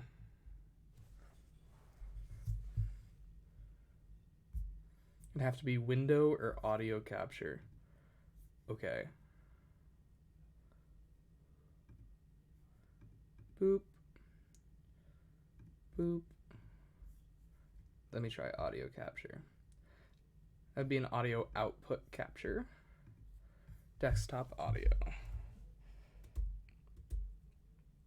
Okay. Music. Add source. Okay. We're gonna see if this works. Hopefully it does. Desktop audio should work. Okay, can you... Is that working? Can you guys hear that?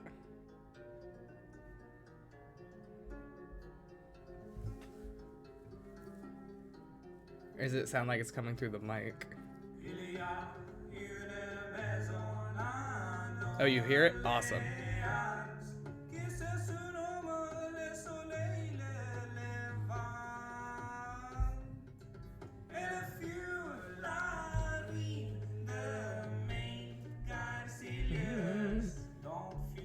Here, I'm gonna go back to the beginning.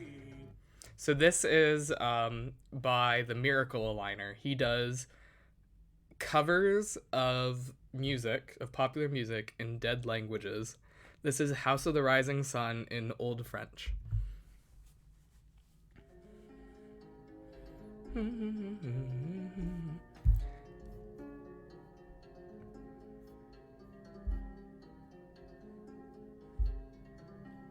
It looks like it's coming from my microphone, but...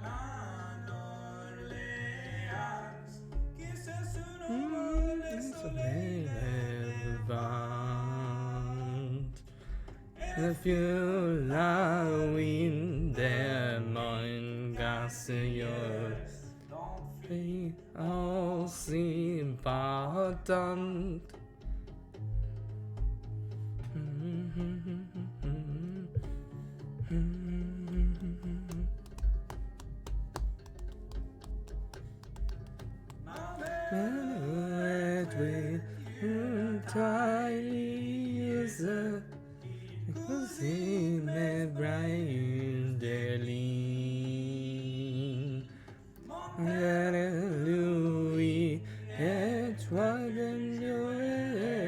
I don't know Old French, if that's not clear. And this is also in like the butt crack of my voice, so I'm not good at singing it, but I really like this song.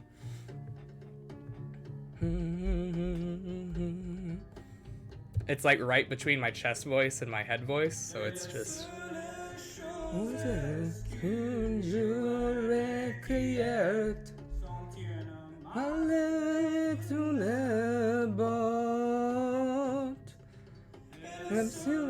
moment de repos pour lui au fond d'une porte.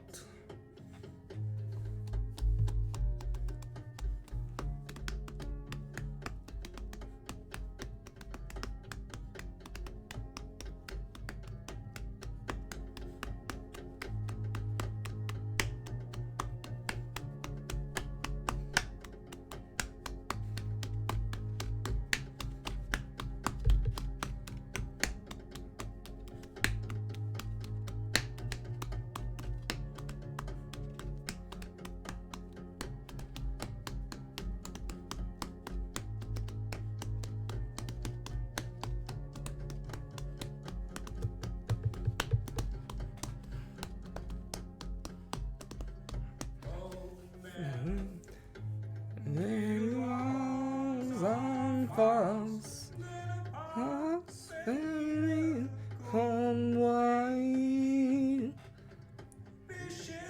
Tout along, des vents tristes viennent. Le soleil le fait. I should have picked a different song that I can sing better, but that's okay.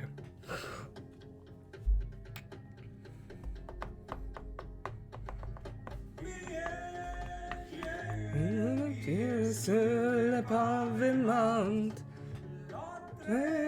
sous les chats, return à Orléans, mis le bas.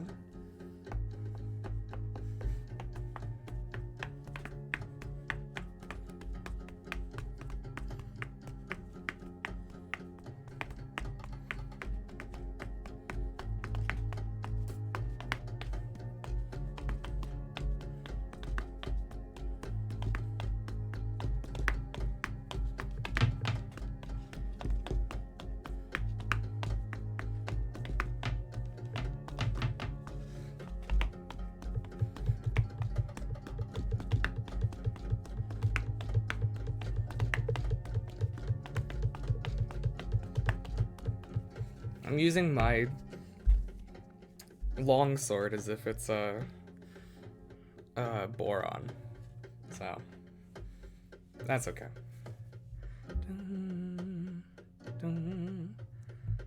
So I'll probably leave some of his music going in the background.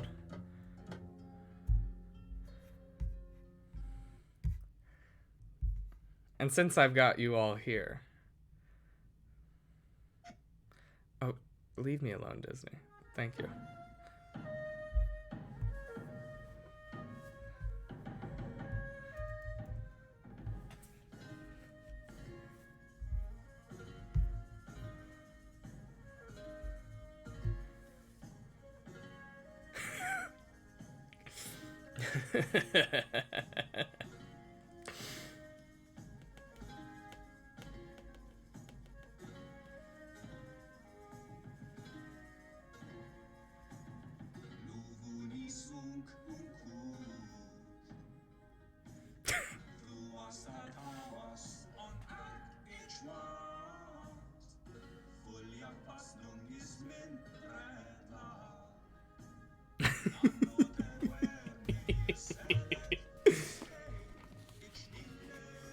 I gotta get to the chorus and then I'll put on like music for actual background.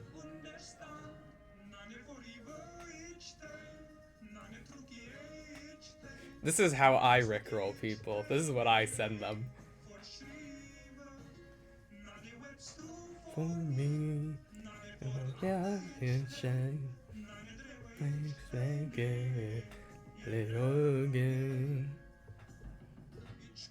Okay, that's enough of that. There's one in particular of his that I really am quite fond of.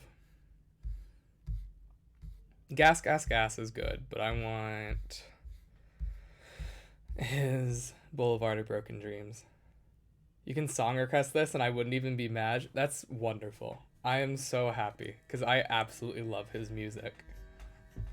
He does such a good job and more people need to subscribe to him, and I just absolutely love his music so much.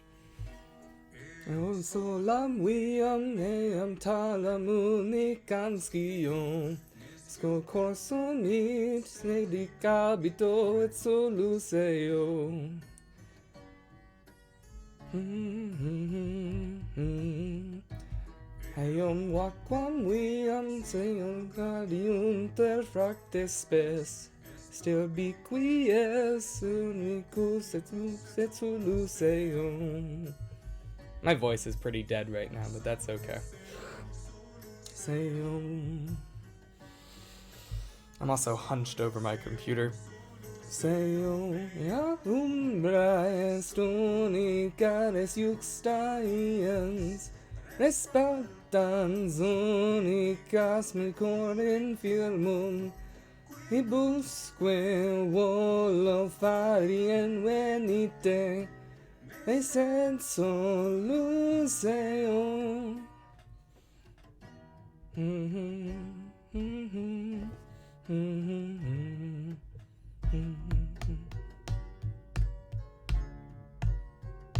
Anyway, let me turn this down a bit. I prefer the original. That's fine. It's not for everyone. It's better when I'm not singing over it. Also, but that's okay. I should probably find like specifically copyright-free medieval music.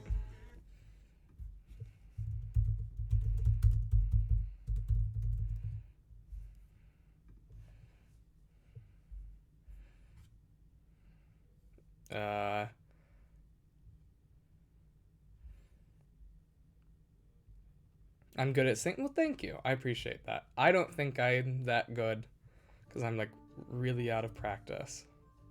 But I appreciate regardless.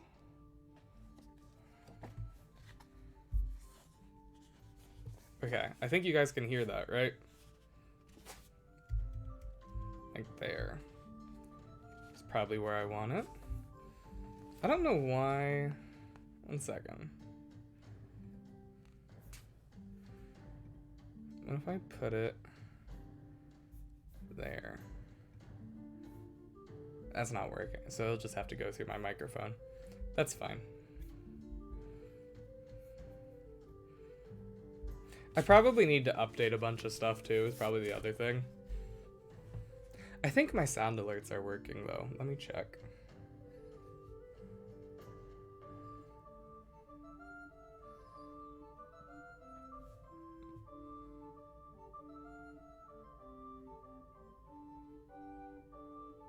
It doesn't sound like it's working.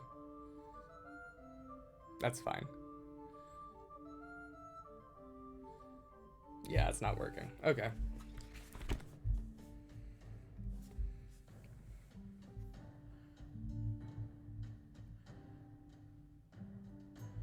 I don't know why it's not working.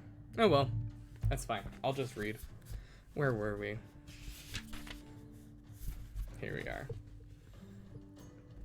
I hope my words do not anger you, the old man said in a curt tone. I heard persons laughing at laughable things, and I reminded them of one of the principles of our rule. And as the psalmist says, if the monk must refrain from good speech because of his vow of silence, all the more reason why he should avoid bad speech. And as there's bad speech, there are also bad images. This guy, I can tell, is someone I don't like so far, which is a shame because he's the monk from Spain, but anyway. And they are those that lie about the form of creation and show the world as the opposite of what it should be, has always been, and always will be throughout this. Oh, I hate Catholics like this. Sorry. I am Catholic, to be clear, and always will be throughout the centuries until the end of time. But you come from another order, where I am told that merriment, even the most inopportune sort, is viewed with indulgence. He was repeating what the Benedictines said about the eccentricities of St. Francis of Assisi. Yeah, this guy is a walking red flag. He absolutely is. Anyone who thinks that St. Francis of Assisi is like not a good Catholic or whatever, or not a good model, can just like get right out of the Catholic Church, in my opinion. Like, oh, he actually thought it was okay to laugh at things. What an awful person. Oh my god. He was repeating what the Benedictines said about the eccentricities of St. Francis of Assisi, and perhaps also the bizarre whims attributed to those friars and spirituals of every kind who were the most recent and embarrassing offshoots of the Franciscan order. But William gave no sign of understanding the insinuation. Marginal images often provoke smiles, but to edifying ends, he replied. As in sermons, to touch the imagination of devout throngs, it is necessary to introduce an example, or exempla even. Not infrequently jocular, so also the discourse of images must indulge in these trivia. For every virtue and for every sin, there's an example drawn from bestiaries, and animals exemplify the human world. Ah yes, the old man said mockingly, but without smiling. Any image is good for inspiring virtue, provided the masterpiece of creation, turned with his head down, becomes the subject of laughter. And so the word of God is illustrated by the ass playing a lyre, the owl plowing with a shield, and oxen yoking themselves to the plow, rivers flowing upstream, the sea catching fire, the wolf turning hermit. Go hunting for hares with oxen, have owls teach you grammar, have dogs bite fleas, the one-eyed guard the dumb, and the dumb ask for bread. The ant give birth to a calf, roast chickens fly, cakes grow on rooftops, parrots hold rhetoric lessons, hens fertilize cocks.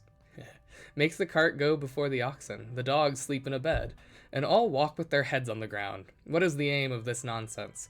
A world that is the reverse and the opposite of that established by God, under the pretext of teaching divine precepts. What an awful person. This is like the worst kind of old man. But as the Areopagite teaches, William said humbly, God can be named only through the most distorted things. And Hugh of St. Victor reminded us that the more the simile becomes dissimilar, the more truth is revealed to us under the guise of horrible and indecorous figures. The less the imagination is sated in carnal enjoyment, and is thus obliged to perceive the mysteries hidden under the turpitude of the images. How long is left in this chapter? Because I'm getting really hungry. Okay, we just have a couple of pages. Panther, if you're still here, you should start your stream so that I can raid into your stream. And that's an order. Yeah. I'm definitely someone who can order people. That's right. I'm the one with the sword. That means you have to listen to me. I gotta stop talking.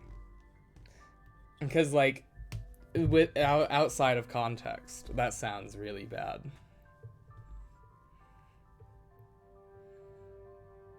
Oh, I will within the next hour? Okay. Well, I have 2 more pages before Vespers, so it's probably not gonna take me that long. Because I'm really hungry. Oh.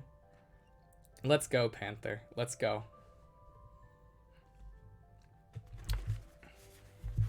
I feel pretty confident that me with a longsword versus you with a kitchen knife, I feel like I'm gonna be the one who comes out on top. Unless you've been hiding, your kitchen knife fighting skills from me this entire time. You can raid into others if I'm not on in time. Yeah, I think, I'm trying to think, because dinner at my dining hall opens at 5. So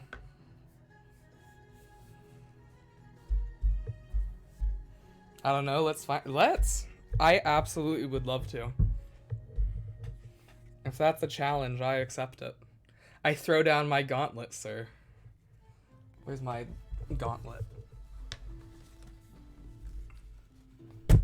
It has been thrown down upon the computer.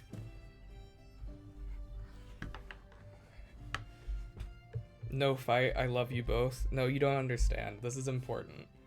I have to protect my honor against Panther. After she challenged me after I challenged her. Yeah. You accept? Good. I shall see you at noon tomorrow. I really don't have any commands set up, but I appreciate the attempt, Jan.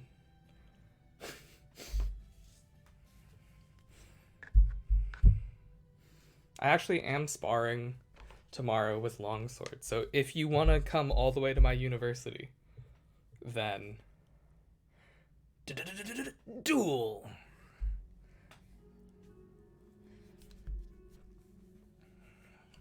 Or since we're talking about sword fighting, I guess I should say that I shall see you at nones.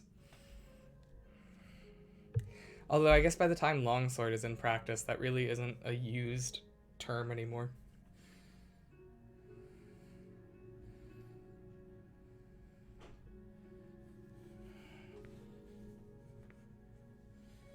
Oh, I need to stretch something fierce. Oh.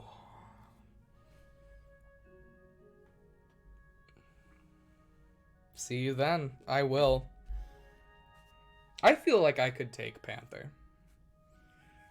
I know she has like basic combat training because she worked for the military, so I assume she has basic combat training. But I feel like I could take Panther, especially if I had a sword. No funny business either.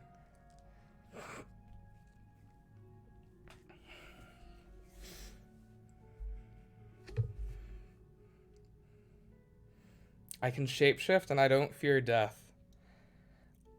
I can't shapeshift, but other than that, I'm not trained. Oh, okay. Yeah, I can take you then. I also don't fear death, but probably for different reasons. Have you bested Margot? No. I assume. But I mean like in real life is what I'm talking about. I'm not talking about Elden Ring. I think that's Elden Ring, right? Where can I buy the ticket? I will be selling them on Ko-Fi. So just give me $5 on Ko-Fi, and I promise I will give you a ticket for sure. It's definitely not a lie.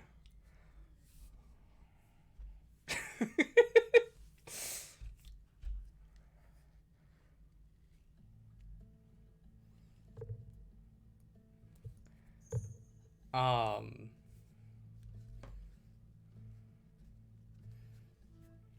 I definitely will use the proceeds. If my ability to survive in games is reflective of IRL, then yeah, you'll probably It's okay. I die a lot in video games too. I am a little bit more confident than I really should be. But in real life, I'm a fairly cautious fighter. Well, I wouldn't say cautious, but I'm not foolhardy. No, that's mostly because getting hit hurts. So I'm a little bit less liable to just like run into combat.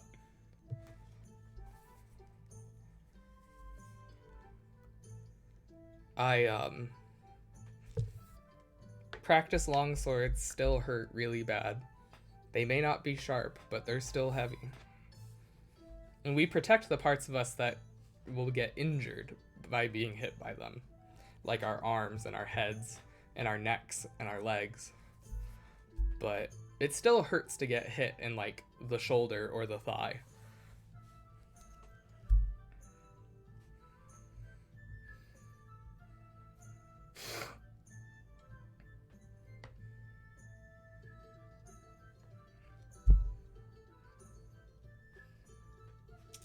I'll even let you use one of my swords, Panther.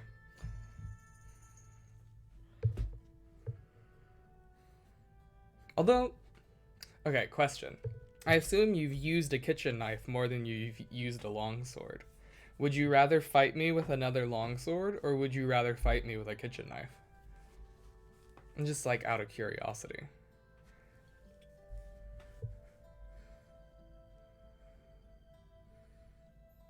I know that's a really weird question, but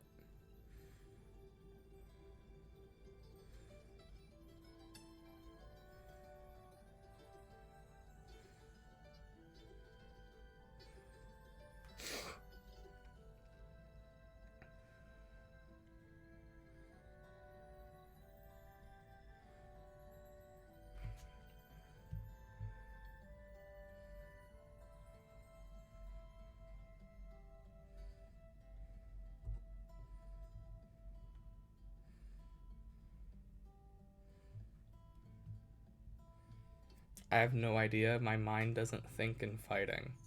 Do you mean like your mind doesn't think about fighting, or like when you're fighting, it's just like instinctual?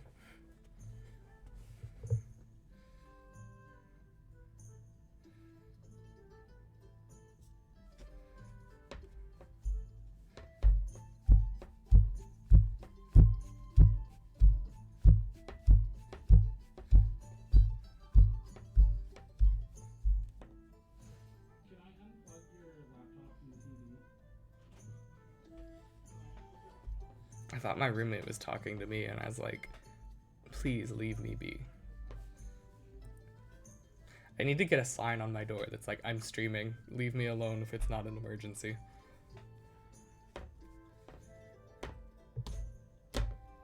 Oh, there's some kind of mental block there when I think about fighting. That's fair. Yeah. To be clear, I'm not actually... Okay, so real quick, I'm going to pause the music because this is something I should say that I think is important. I do not want to actually fight you with real weapons.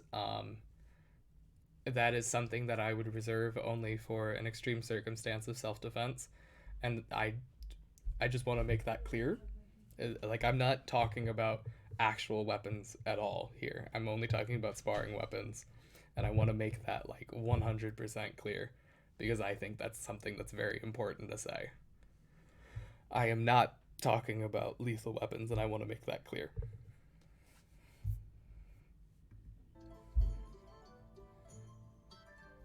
Okay. I just wanted to make sure. I feel like it's important to clarify that I only mean fighting for the sake of learning more about fighting, not for the sake of actually fighting you. Because I don't want to hurt you.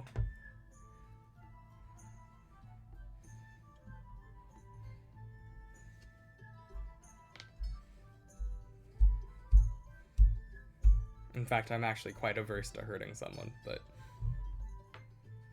I won't even spar if I'm having a bad day because I don't want to let my emotions get the best of me and accidentally hurt someone just because I'm frustrated. So, I'm very much against, or very much for the idea that sparring should be a safe thing and very much against the idea that it's like just whatever.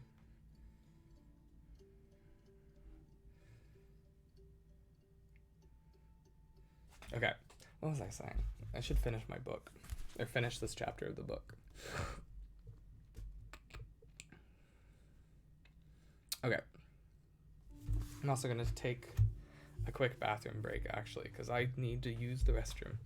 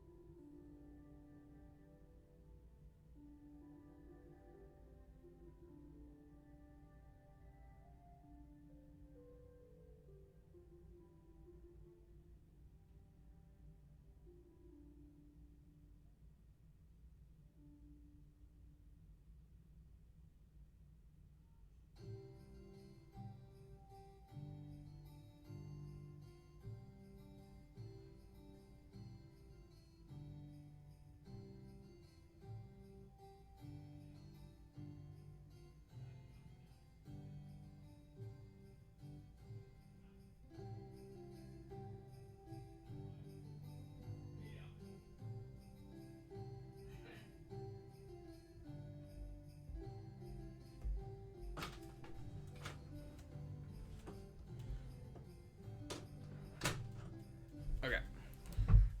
But yeah, no, I totally understand what you're saying about the mental block. It's not well, okay.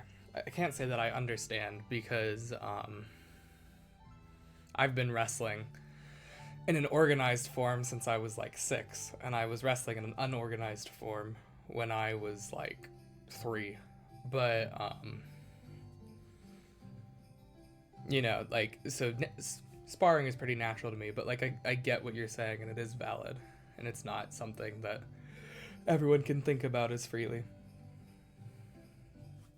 Where did I put my longsword?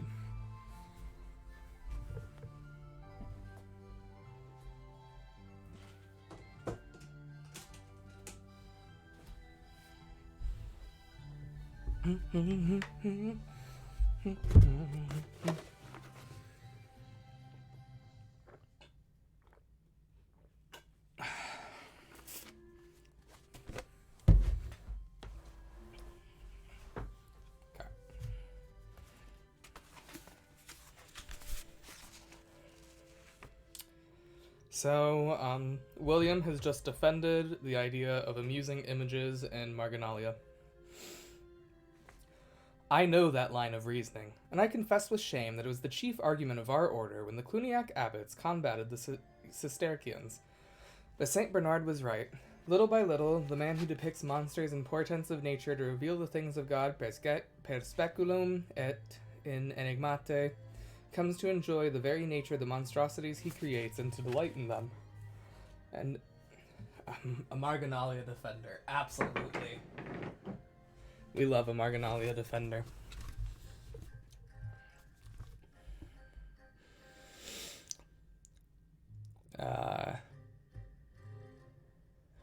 Comes to enjoy the very nature of the monstrosities he creates, and to delight in them, and as a result he no longer sees except through them. You have only to look, you who still have your sight, at the capitals of our cloister. And he motioned with his hand beyond the window, toward the church. Before the eyes of monks intent on meditation, what is the meaning of those ridiculous grotesques, those monstrous shapes and shapely monsters, those sordid apes, those lions, those centaurs, those half-human creatures with mouths in their bellies, with single feet, ears like sails? Don't tell him about gargoyles. He's gonna get really upset about it. Single heads and many heads with single bodies, quadrupeds with serpents' tails and fish with quadrupeds' faces, and here an animal who seems a horse in front and a ram behind, and there a horse with horns, and so on. By now it is more pleasurable for a monk to read marble than manuscript, and to admire the works of man than to meditate on the law of God. Shame for the desire of your eyes and for your smiles. What a prude. The old man stopped, out of breath, and I admired the vivid memory thanks to which, blind perhaps for many years, he could still recall the images whose wickedness he decried. I was led to suspect they had greatly seduced him when he had seen them, since he could yet describe them with such passion. But it has often happened that I have found the most seductive depictions of sin in the pages of those very men of incorruptible virtue who condemned their spell and their effects. A sign that these men are impelled by such eagerness to bear witness to the truth that they do not hesitate, out of love of God, to confer on evil all the seductions in which it cloaks itself. Thus the writers inform men better of the ways through which the evil one enchants them. And in fact, Jorge's words filled me with a great desire to see the tigers and monkeys of the cloister, which I had not yet admired. But Jorge interrupted the flow of my thoughts, because he resumed speaking in a much calmer tone. Our Lord did not have to employ such foolish things to point out the straight and narrow path to us. I'd like to point out that he says straight as in like a body of land, and not straight as in like something that is straight. Nothing in his parables arouses laughter or fear. That's not true, but anyway. Adelmo, on the contrary, whose death you now mourn, took such pleasure in the monsters he painted that he lost sight of the ultimate things which they were to illustrate, and he followed all, I say all, his voice became solemn and ominous, the paths of monstrosity, which God knows how to punish. A heavy silence fell. Venantius of Salvamec dared break it. Venerable Jorge, he said, your virtue makes you unjust. 2 days before Adelmo died, you were presented at a learned debate right here in the scriptorium. Adelmo took care that his art, indulging in bizarre and fantastic images, was directed nevertheless to the glory of God, as an instrument of the knowledge of celestial things. Brother William mentioned just now the Areopagite, who spoke of learning through distortion, and Adelmo that day quoted another lofty of authority, the doctor of Aquino, when he said that divine things should be expounded more properly in figures of vile bodies than of noble bodies. First, because the human spirit is more easily freed from error, it is obvious, in fact, that certain properties cannot be attributed to divine things, and become uncertain if portrayed by noble corporeal things. In the second place, because this humbler depiction is more suited to the knowledge that we have of God on the earth, In the second place, because this humbler depiction is more suited to the knowledge that we have of God on this earth. He shows himself here more in that which is not than that which is. And therefore the similitudes of those things furthest from God lead us to a more exact notion of him, for thus we know that he is above what we say and think. And in the third place, because in this way the things of God are better hidden from unworthy persons. In other words, that day we were discussing the question of understanding how the truth can be revealed through surprising expressions, both shrewd and enigmatic, and I reminded him that in the work of the great Aristotle I had found very clear words on this score. I do not remember, Jorge interrupted sharply. I am very old, I do not remember. I may have been excessively severe. Now it is late, I must go. It is strange you should not remember, Venantius insisted. It was a very learned and fine discussion, in which Benno and Berengar also took part. The question, in fact, was whether metaphors and puns and riddles, which also seem conceived by poets for sheer pleasure, do not lead us to speculate on things in a new and surprising way, and I said that this is also a virtue demanded of the wise man, and Malachi was also there. If the venerable Jorge does not remember, respect his age and the weariness of his mind, otherwise always so lively. And he's very much being like, I'm an old man, don't bother me. One of the monks following the discussion said, the sentence was uttered in an agitated tone, at least at the beginning, because the speaker, once realizing that in urging respect for the old man, he was actually calling attention to a weakness, had slowed the pace of his own interjection, ending almost in a whisper of apology. It was Berengar of Arndel who had spoken, the assistant librarian. He was a pale-faced young man, and, observing him, I remembered Ubertino's description of Adelmo. His eyes seemed those of a lascivious? Someone wants to look this word up. Lascivious. That one autocorrect knows.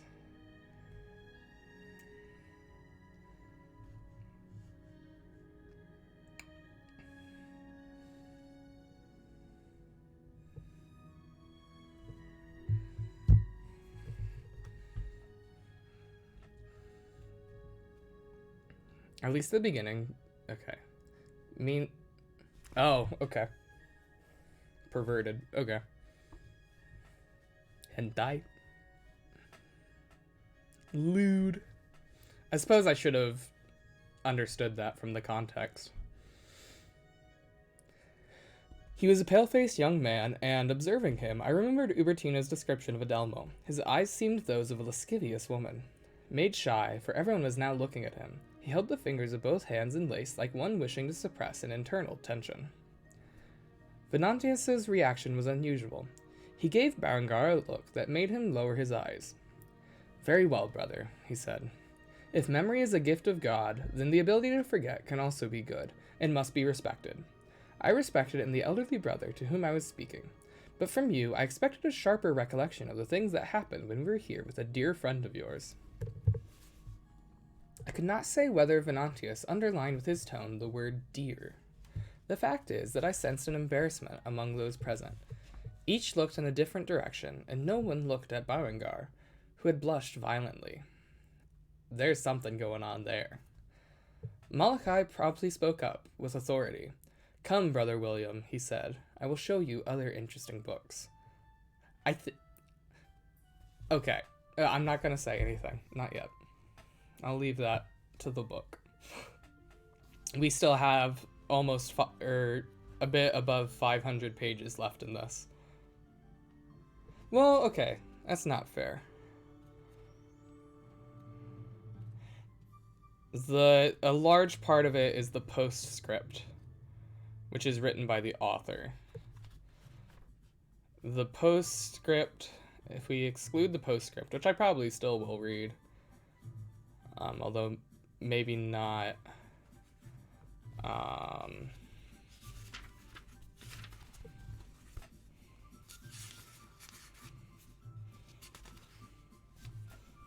on stream, I don't know. I'm not sure if anyone will be interested in that. If we don't include the postscript, we have approximately, let's see, 400 pages to go, almost exactly. So I'll leave that to the book. The group dispersed. I saw Berengar give Venantius a look charged with animosity, and Venantius returned the look, silent and defiant. Seeing that old Jorge was leaving, I was moved by a feeling of respectful reverence, and bowed to kiss his hand. The old man received the kiss, put his hand on my head, and asked who I was. When I told him my name, his face brightened. "You bear a great and very beautiful name," he said. "Do you know who Adso of Monter Ondor was?" he asked. I did not know, I confess, so Jorge added, "He was the author of a terrible book, the Libellus de Anticristo, in which he foresaw things that were to happen, but he was not sufficiently heeded." "The book was written before the millennium," William said, "and those things did not come to pass." "For those who lack eyes to see," the blind man said, "the ways of the Antichrist are slow and tortuous. He arrives when we do not expect him, not because the calculation suggested by the apostle was mistaken, but because we have not learned the art." Then he cried in a very loud voice, his face turned toward the hall, making the ceiling of the scriptorium re-echo. "He is coming. Do not waste your last days laughing at little monsters with spotted skins and twisted tails. Do not squander the last 7 days." Interestingly, the beginning of the book says that the book is divided into a week, so I wonder what the 7 days might have to do with that. But I think I'm going to call it there, at least for reading.